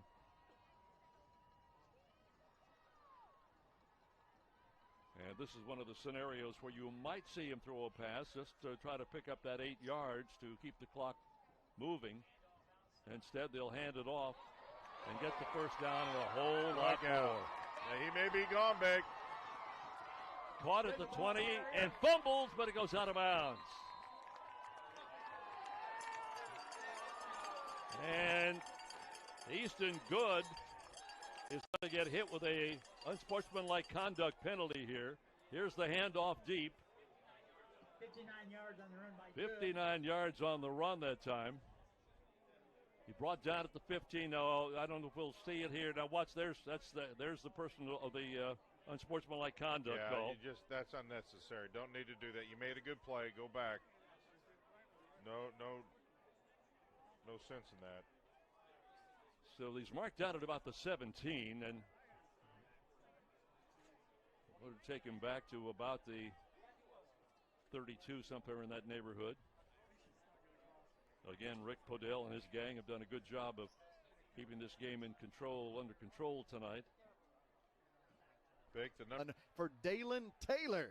I tell you what, Dalen had 4 touchdowns the first time they played, and again, he is as good as advertised. First time I've seen him play, and I'm just impressed. One, look up front, look at the white bodies. You got a body on a body, and then all of a sudden, Dalen comes flying through there. Again, he has broken that first tackle all night long, Rob, and that's really why Chittard has played so well offensively, because the first guy has not brought him down. Dalen Taylor this year has scored 7 touchdowns against Brebeuf. In 2 games, 7 touchdowns. He's got 19 touchdowns on the season. 7 of them have come against the Braves. He was a thorn in their side in week 1, and he's been a thorn in their side here in the opening night of the. They're marking it up at the 46, so now all they've got to do is take a knee. Snyder comes up to the line. Woo, what a game. All right, there's the snap. He goes back, takes a knee. And Pirates, all they have to do now is watch the clock run out as they take the knee, as it clouds down to 5, 4, 3, 2, 1. And there you have it. The ball game tonight as the final. Charlestown wins it as both game offensively. I mentioned Jeff Phillips, the head coach of 1975 Cass grad. Offensive guard, inside linebacker, former head coach at Tippecanoe Valley and Oak Hill. Circling near side, walked out at the 25-yard line. Here at the ball carrier. Pretty good tackle that time by Brenton Mersch. If I have a chance here, Jim, he had he was assistant under Scott Minnering. Minnering took the Twin Lakes job in 2016 after 30 years at Cass, where he won 229 games, 12th active, winning as coach. What I wanted to get to was Jeff started his coaching career as an assistant at Jasper for 3 years under Jerry Brewer, okay? For a while of winning his coach in state history, now second to Bud Wright. When you get a chance to coach under somebody like that, man, that's a real plus. A lot of knowledge to soak up there. So when a 3rd down and 5, still breaking free and going to be brought down inside the 10 at about the 8-yard line. And that's why that run right there exemplifies why this ball club is rated number 1 in the AP, because they do all those little things. Early on we showed why they got into the end zone. Now look at the effort here. Just kind of refused to go down. Missed tackle there. Little spin move here, stays on his feet. And that's exactly why this Cass Kings ball club is number 1, because of those little small things that continue to add up in a game like this. Well, I'm talking about the coaches. I want to thank both the coaches for their help in getting information to us from the media standpoint. It's just we impose upon their time, and I appreciate it. First down and goal from the 7. He's in. Look at that. How about that effort? Once again, exactly what I'm talking about. Those are the types of plays by players who want to win and win big. And he's shown that type of desire now, 2 or 3 times getting into the end zone? How about 4? Okay, 4. Look at that. Josh absolutely refuses to go down. He's had touchdown runs of 1 yard, 2 yards, 8 yards, and 7 yards. Now they will attempt the point after. This will be Ludwig Lenz for the point after attempt. And it is good. Yep. Wow. 110 yards and penalties against the Archers. 12 penalties. Talk about a dirty dozen. First down for Huntington North. You know, Christmas doesn't come for a couple months yet here. Can't keep giving your opponents gift first downs and gift yardage. Out of the I formation, running play for Garrett Johnson, but he goes nowhere. Defense has to stick strong here. Under 7 minutes. Plenty of time if you get the ball back, but they got to start it right here. Unofficially, I got Garrett Johnson, 14 carries for 44 yards. He's been tough. Those have been tough runs as well. Reed Johnson might be a contender for our Player of the Game honor. Sponsored by Parkview Sports Medicine. But that clock continues to run. And right now, the clock is Huntington North's 12th man. No doubt about it. Still 7 on the play clock. Second down, we'll call it 11. And, oh my, Johnson faked the handoff, and that was a near disaster there. Johnson got about a yard back, and they're lucky to still have the football. Almost too much going on there if you're Huntington North. 6:05, 3rd and 11. So Southside has them right where they need them here. You got to come up big. Under 6 minutes. This is nail-biting time. Archers have all 3 other timeouts left. Huntington North has 2 timeouts remaining. Line the gain is the 18 for the Vikings. Following another Southside turnover. Johnson waiting for the snap. And inside reverse again. Shearer to the 25 to the 23-yard line. He'll be about 6 yards short. 4th down, Huntington North, and they'll go for it. I don't think Hostler can kick it from 40 yards. No, I don't believe it. It's really because of the snap, but I thought he got off a nice clean pass here. Interesting to see the replay as goes for the right hand. Korth looks like he had it, but just good eyes by the defender. Jumped right when Robertson threw that pass, and when really just running to the end zone, had really everyone to beat, and 27 unanswered points here by the Danville Warriors. What an emphatic turn of events, and how this game had been shaping up. Very close the whole time. Wallisher, the kick. This one is up. It looks good, and it is, and it's 28-6. You're watching Indiana State.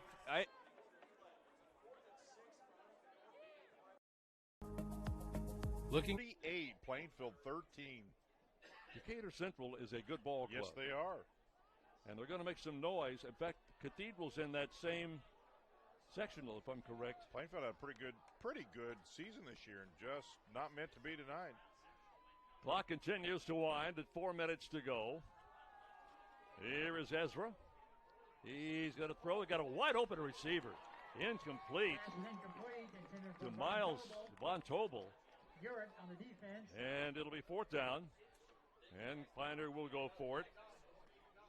Well, late in the 3rd period, it's still Rochester 28 and Delphi 14, Beck. So Rochester still a 2-touchdown lead over Delphi.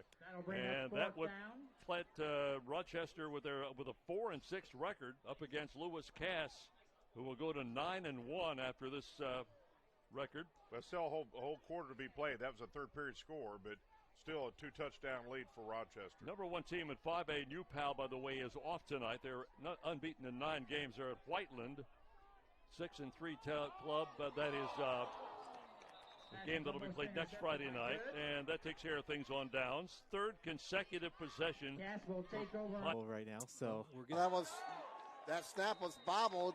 The kick is no good. Snap was bobbled, and that through the entire playoff. So Southside gets the stop defensively. Bottom line, the Archers still have a chance.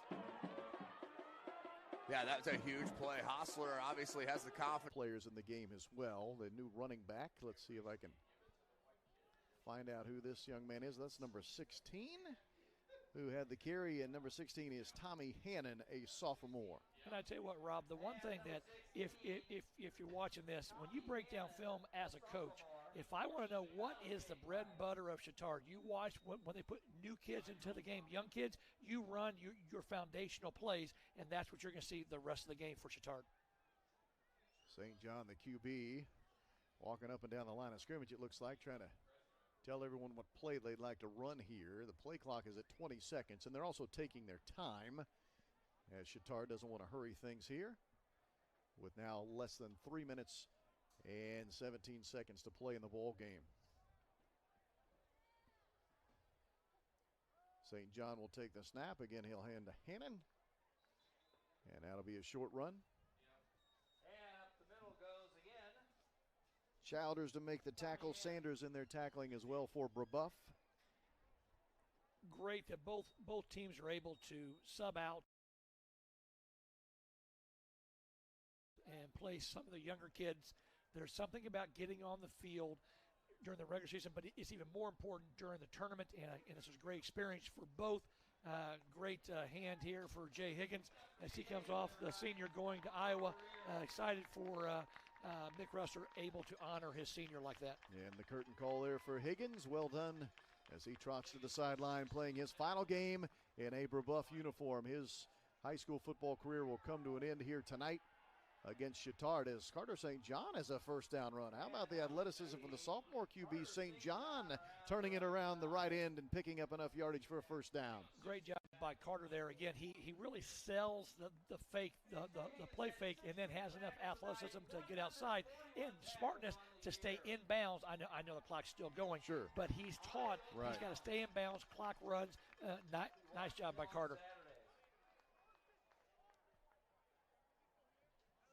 So Chittard will move to 9-1 on the season, move into the semifinals of Sectional 28. Their only loss this year, they lost against Cathedral in week 4. They have not been beaten since. Quite frankly, haven't been challenged since. No team has scored in double digits against them since Cathedral did it in week 4. The most points they've given up, 9 points to Southport in week 5.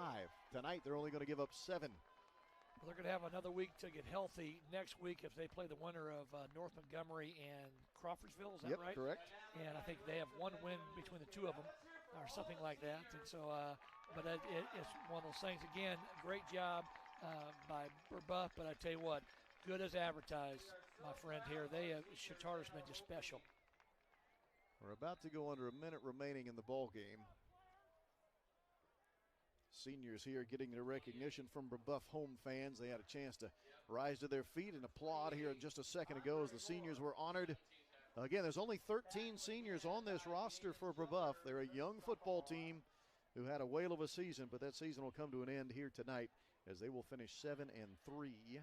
Last year, Chittard made it all the way to the semi-state before they lost to Evansville Memorial.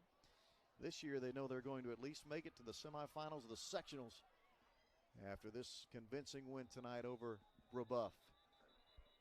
This should be the final play of the game. I don't believe Chittard will need to run another play, and they will not. So this game will go final. Chittard will advance on with a 49-7 win tonight here over Brebeuf. And for the Brebeuf Braves, their season draws to a close. 7-3 will be their record in 2019. Thanks for joining us tonight, everyone. Hope you enjoyed it as much as we did. My broadcast partner tonight, Lance Scheib. Heath Shanahan. But a smart play. You saw Robertson looking down the field, wanting to get a big play, decided to check it down to his running back and let him do damage. Yards after catch is a big thing here. You see him focus to the left, went back to the right with Cora. Cora almost dropped that ball, but had a nice job making defenders miss, getting into the end zone. And now we'll see if they want to go for 2 here to make it a 14-point game instead of a 16-point game. It's probably smart. You need to get the 2 at some point, so might as well go for it now. They will. If they do get it, and you have all your timeouts, I still would expect them to try to do an onside kick or a shorter kick and hopefully hope for a muffled punt. Maybe a little pooch kick like Danville did earlier. There's plenty of flags. The play clock was at 0. It's delay a game. They'll move it back a little bit and try it again. Ball will be marked on the 8-yard line.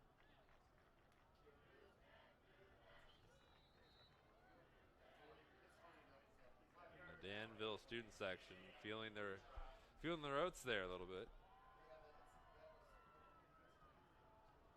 And these schools very close together, just 9 miles apart, and basically a straight line from each other. Yeah. Good representation by both fans, and now Robertson with the wild snap, rolls, throws, and that was almost intercepted. And it's incomplete in the back of the end zone. 28-12 is the score. 5 minutes, 13 seconds left. You're watching the IHSAA State Football Tournament on Indiana SRN, presented by the Indianapolis Colts. Covenant Christian just scored again with 9 minutes to play in the fourth quarter. 28-0 over Tinley. Traders Point 60 to 8 over Tri-County. All right, 4th down and about 3 from Northeastern. Back in motion goes Null. Are they trying to draw him off sides? So they want to go for it. They got 7 seconds in the play clock if they want to go for it. So what are they going to do? Take a timeout. Timeout for Man, 6 points. Touchdown Vikings. The reception made by Cameron Faust, number 32. One of their few seniors. Excuse me. What a play call. Play action. 3rd and goal. What a play call. Let's take a look at the track athletic performance replay. The play action up the middle from Johnson and finds his man in stride. Turns it up for that 1 yard and in for 6. What a knockout blow there from Huntington North. Point after attempt now for Aiden Hostler. Spotted, booted, and the kick is good. And we have a new score on the board. 3 minutes left. Huntington North 23. Southside 12. Back in a moment on SummitCitySports.com. Pretty up front. Ball goes dead at about the 42, 43-yard line, and the Huskies will have their initial possession of the second half. And as I said earlier, it is going to be a running clock here in the second half in conjunction with the new IHSAA football rules, where if one team is ahead by 35 or more at the half, that the will be a running clock. No changes so far offensively for the Huskies. Guy Griffey still in at quarterback. It looks like he's going to pass. Gets it complete out to Tuma. Looks like Tuma gained, about 2 or 3 yards in that play. Yep. Griffey rolled out to his left. Tuma was right along the sideline there and made the catch, and the Red Devils just ran him right out of bounds. Most of the defensive front four that you see out there for the... One man to beat. The kicker. He beat him. 97 yards. Give that man 6 points. Touchdown Southside. Don't go to bed yet. Wow, are you kidding me? We mentioned it on the last one of the game-breaking ability by Southside in the return game. You saw it right there. Dylan Jackson, who had that pick 6, I believe it was. But that stiff arm you see right here was the absolute difference. What a strong stiff arm. And Southside right back into it. But 2:45 left, not a lot of time. It is confirmed. It was Dylan Jackson. If they go for 2, they will cut the lead down to 3. Of course, we're back to a one-possession game now. They will go for 2. Power I, strong right. And Northfleet's got a man. Caught. 2-point conversion is good. Great play call there from head coach Roosevelt Northfleet. And they put it in for 2 to pull it to a one-possession game. We'll step aside, back in a moment. Sleep on the bus tonight. Probably after they get some pizza before they fuel up before they head home. I'm sure the fine folks at Northeast are going to take care of them. Well, the first stop out, at first exit after we leave here, there's Dairy Queen. So Is that right? Don't think I didn't notice that. Yeah, let me some Dairy Queen. All right, 3rd and 9 here, as Milton's going to pass it, and he throws it, and they get a first down. Is that Peyton Brown? Yes. No, it's Asbell.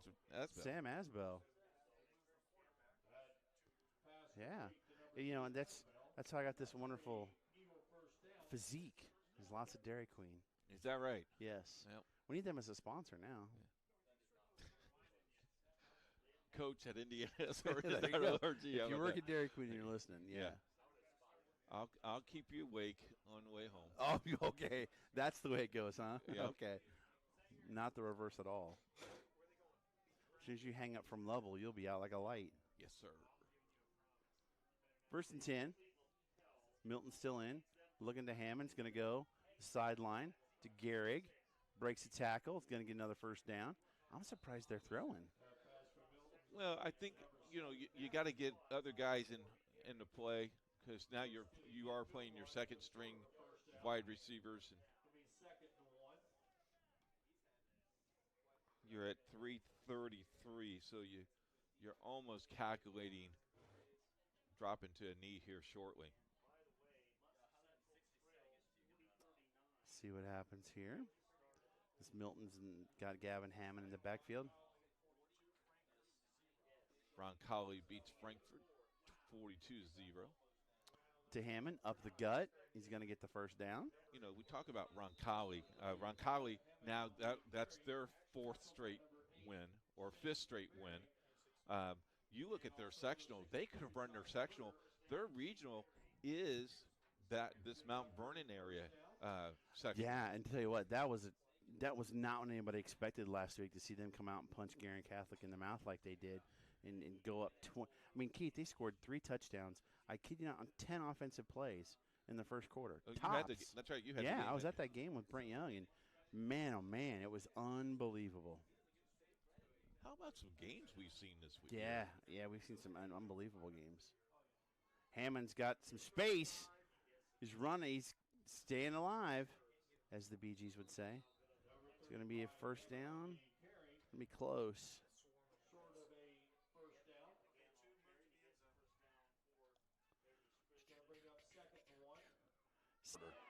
First, we had the Johnson to Faust touchdown pass. That came with exactly 3 minutes to play. And then Dylan Jackson returned the ensuing kickoff, 97 yards. And now Aiden Dennis has returned an onside kick about 50 yards for a Huntington North touchdown. I'll tell you what, on the ensuing kickoff, his south side returns it for a touchdown. I may do a full gainer out of this press box. The PAT is up, and the kick is good. And a timeout, 30-20, favor Huntington North. Back in a moment on SummitCitySports.com. Correct. 38-20, at Eastern Hancock. So.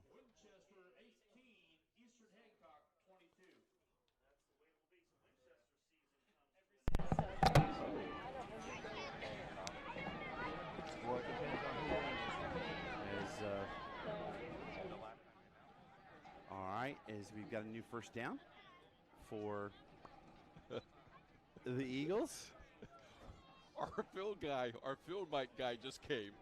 Just showed up? Yeah, just came. All right. Yeah, that's good. And now the kneeling begins. Yep. As there's a minute 10 to go. So can we announce that already then? Next week we will be at Eastern Hancock. We'll follow the Eagles for you. As they will move on to the second round sectional against Eastern Hancock, a rematch from earlier this year. That would have been September 12th, 13th. September 13th. September 13th at September 13th at Eastern Hancock. Heritage Christian won 38-20. Much different football team Eastern Hancock is to where they're there and where they are down. Well, and much different stakes, to be completely honest with you. It's a lot different when it comes to sectional play and what's going to happen as the clock is going to run out. 17 seconds ago, play clock is another timeout in their pocket. Play clock at 0, and they will take it. Maybe that's exactly what it was. Just trying to get Tri-West to get the easy first down. I mean, past everyone, unbelievable the way this fourth quarter has gone. And now Southside on their own 6-inch mark here to start the drive, down 10, 2:37 left. 30-20, Huntington North, a 10-point lead, a 2-possession game. 1 timeout left for Southside, 1 timeout left for Huntington North. Norfleet to the air, passes bobbled, and was that picked? It's picked. Interception for Huntington North. Aiden Robb with the pick. Wow, Traction Athletic Performance replay off the tipped ball and was open right through his hands and then picked off. A little bit, just tried to turn upfield as you saw right there, then intercepted. That was number 36 with the pick, Aiden Rabb. I'll say Rob, you say Rab. Let's do it. Spelled R-A-A-B, yes. He's a junior. And he comes up with another big play defensively. He's made a few tonight. Well, Huntington North now has the ball at the 10-yard line. 2:32 remaining. And the Vikings now content to run off the final 2:32 and get ready for next week. Yeah, it's Huntington North. Wow. I mean, all this youngsters. We talked about Southside. If they could push through, how much that would mean for their program and the youngsters. Same thing for Huntington North. You're seeing it right in front of us. Johnson carries the ball. Garrett Johnson, number 25. They have to consider him for player of the game honors. He's had a strong game tonight. Little guy's been busy. That's his 17th carry unofficially for 58 yards. Not a lot of yards, but a busy night. And his running has helped Huntington North to a sectional win here, it looks like. 1:55 to go. Do not have a final score yet on Delta, Mississinawa. But Huntington North will face one of those two teams next week. And the quarterback, Reed Johnson, keeps the ball. He moves the pile. No whistle. Give that man 6 points. Flag comes in. And it looks like Johnson has the touchdown for Huntington North with 1:38 to go. Flag came in after the play was over. But as you pointed out, Tim, earlier, when the official sees the feet are still moving, he'll just let him go. Let's see what the personal foul, that face mask there as the pile was being moved, trying to stop him. So that will be good. And it is a touchdown, 36-20. I think they'll assess the penalty on the kickoff.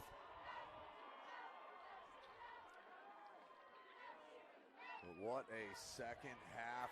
Started with that pick six for Southside. Thought all momentum was going, and it's been nothing but Huntington North. Outstanding second half from the Vikings. So we've had, we had a total of 19 points through the first three quarters. We've had 6 touchdowns now here in this fourth quarter. Amazing. 4 in the last 3 minutes. Hostler's PAT is up and good. 37-20, favor Huntington North. Back with more in a moment on Summit City Sports Doc. Grant on the camera. Chandler Schubert, very fitting, gets another run to the 40-yard line. And then it will be whistled to a stop.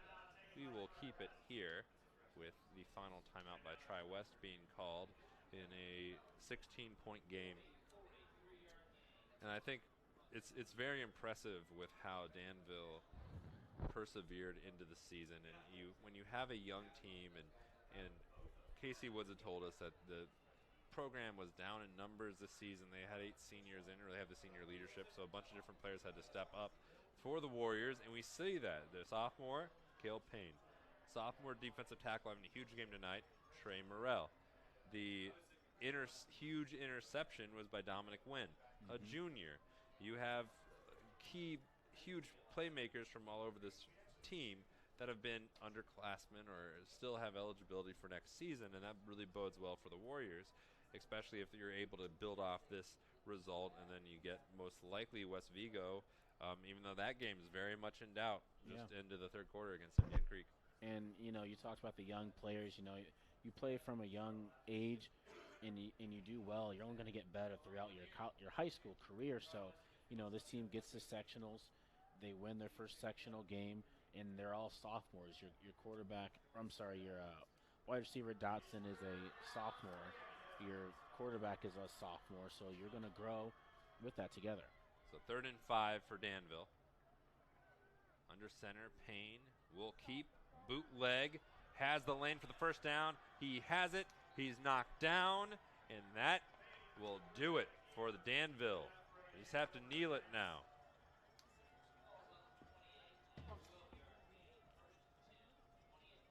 In the other game we're watching of most consequence for this one, West Vigo just scored another touchdown. So they lead Indian Creek 24-15 with 10 minutes and 27 seconds left in that game. So the way it's looking, Danville and West Vigo next week for the sectional semifinal, and then most likely Cardinal Ritter in the following round. Yeah, it should be a good game next week between those two teams, and got to give credit to Danville. Both defenses played well in that first half, and it looked like Tri-West could have came away with this because the way the quarterback was playing for Danville, and he took a gut check in that halftime and came out firing and found his receivers, and it's going to be a sour taste for Tri-West after having a 7-2 record throughout the year and then having it fall like this on their home turf. And this was a close-knit group for Tri-West. They'll finish at 7-3. They had to persevere through a lot of adversity. You are so right. I'll tell you, there's been more holding tonight than at the senior prom. And I'm sure it was a holding, but there's absolutely no reason to throw a flag with 102 left in a 17-point game. And on the other hand, they just want to make sure things don't get out of hand. And that's a 10-yard mark off. And that's more penalty yardage against Southside, 135 now. This will put the ball back at the 17. And this game has been busted open here by Huntington North in the final 3 minutes. It was a nail-biter. We had, 4 touchdowns in a span of a minute and 22 seconds. On 2nd and 13, Clark looking. He's going to scramble now as Huntington North drops back in the pass coverage, and he'll get all he can before stepping out of bounds to stop the clock with 53 seconds left. We were zipping right along here until this fourth quarter. I think we talked about it too much. Yeah, that's what happens. That's what happens. Well, we'll be out of here by 9. And psych. I don't know where we're going to be next week. It's going to be a busy night for Summit City Sports next week. We're going to be all over the place. Of course, game of the week, Snyder and Carroll in their rematch next week. That was a 1-point win for Snyder in the regular season on a block PAT to tie it up at the end of the game. So Snyder Carroll is going to be so much fun to watch next week. Clark. Fumble. Nope. And he recovered it, if he did fumble. And he's down to the 27-yard line, 4th down.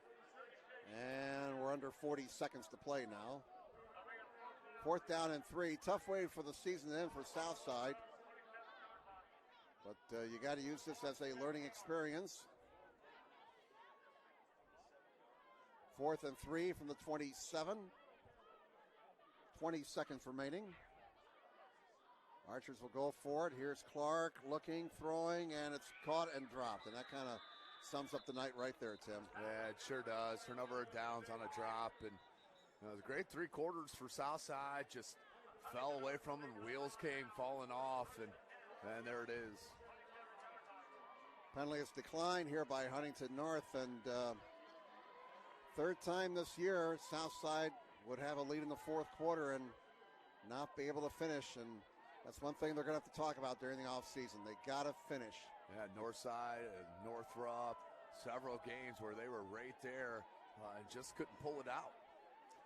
So we'll have one more snap, then we'll shake hands and call it a night. Huntington.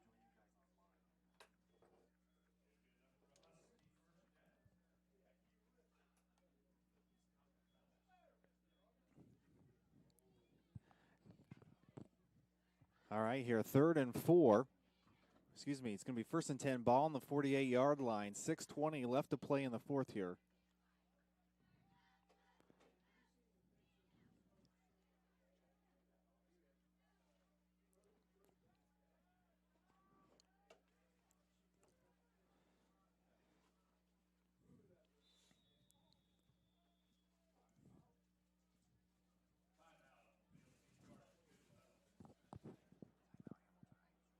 All right, there was a timeout on Hamilton Heights.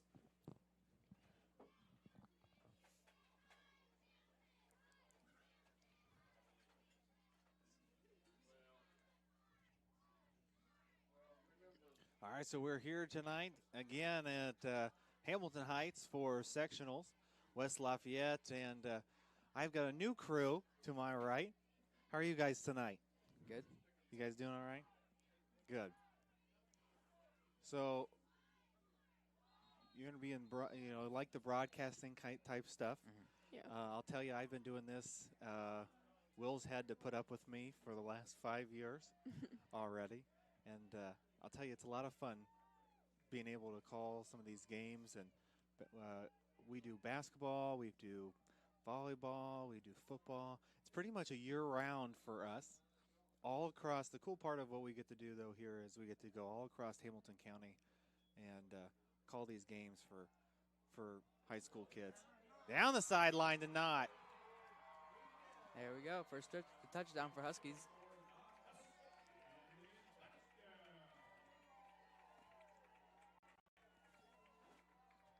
Nice play, fake pitch, fires it down the near sideline and Knott in the end zone. Put some points on the board. There we go.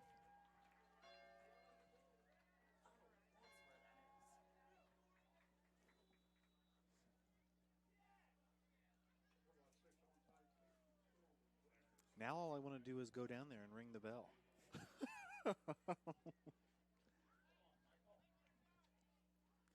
Extra point up. And good. With 5 minutes and 11 seconds left to play in the fourth. Huskies on the board. 7-52.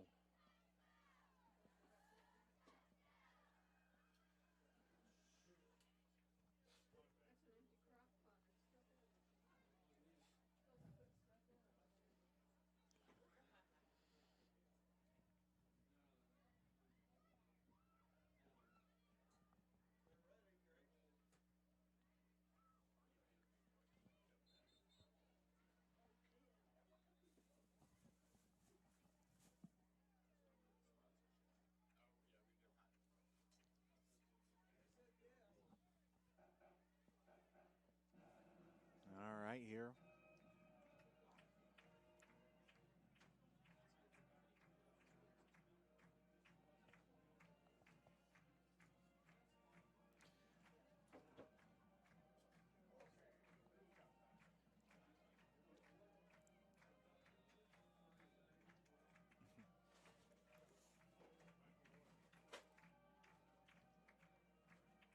Step, short kick.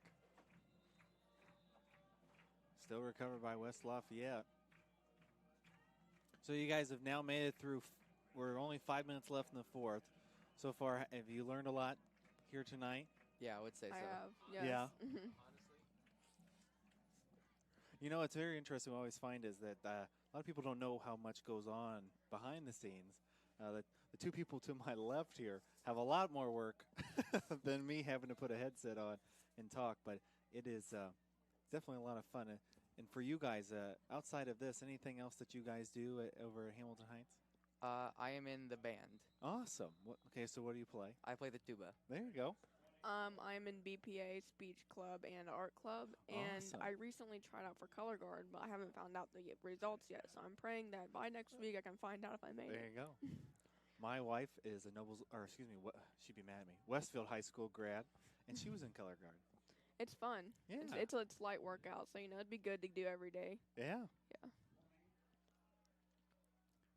I always tell people, especially with Color Guard, whether it's there's a sword and there's the different pieces, and we actually have all that in our garage still. So Really? yeah. So sometimes she'll go out there and.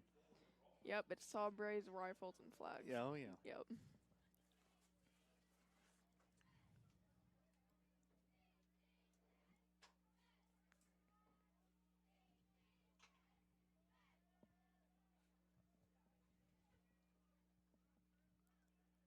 Here we go. Hand the ball off.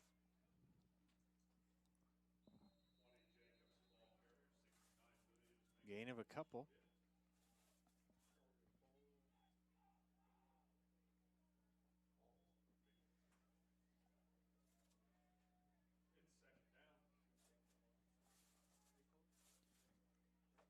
Second and 6. Ball on the 47-yard line.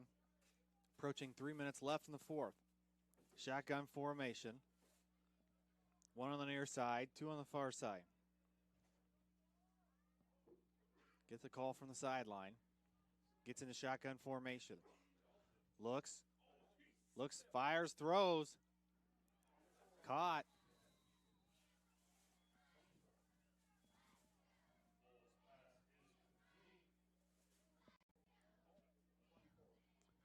Nice pass and catch. Looked like the number 24, Blankman, for the Red Devils.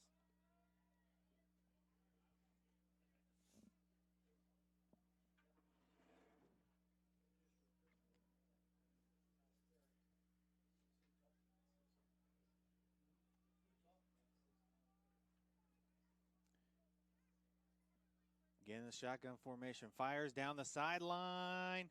Got it. Good pass and catch there.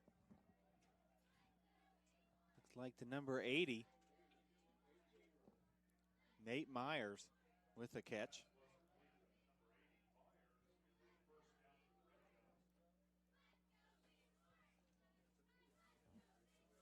Under 2 minutes left to play in the ball game.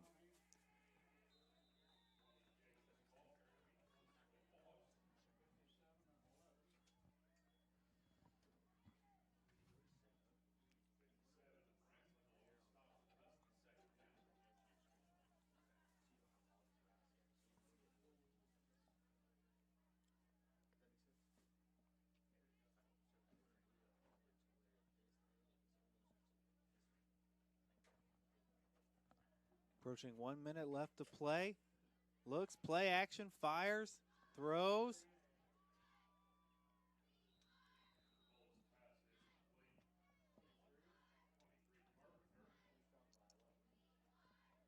That'll be close to end of the game here.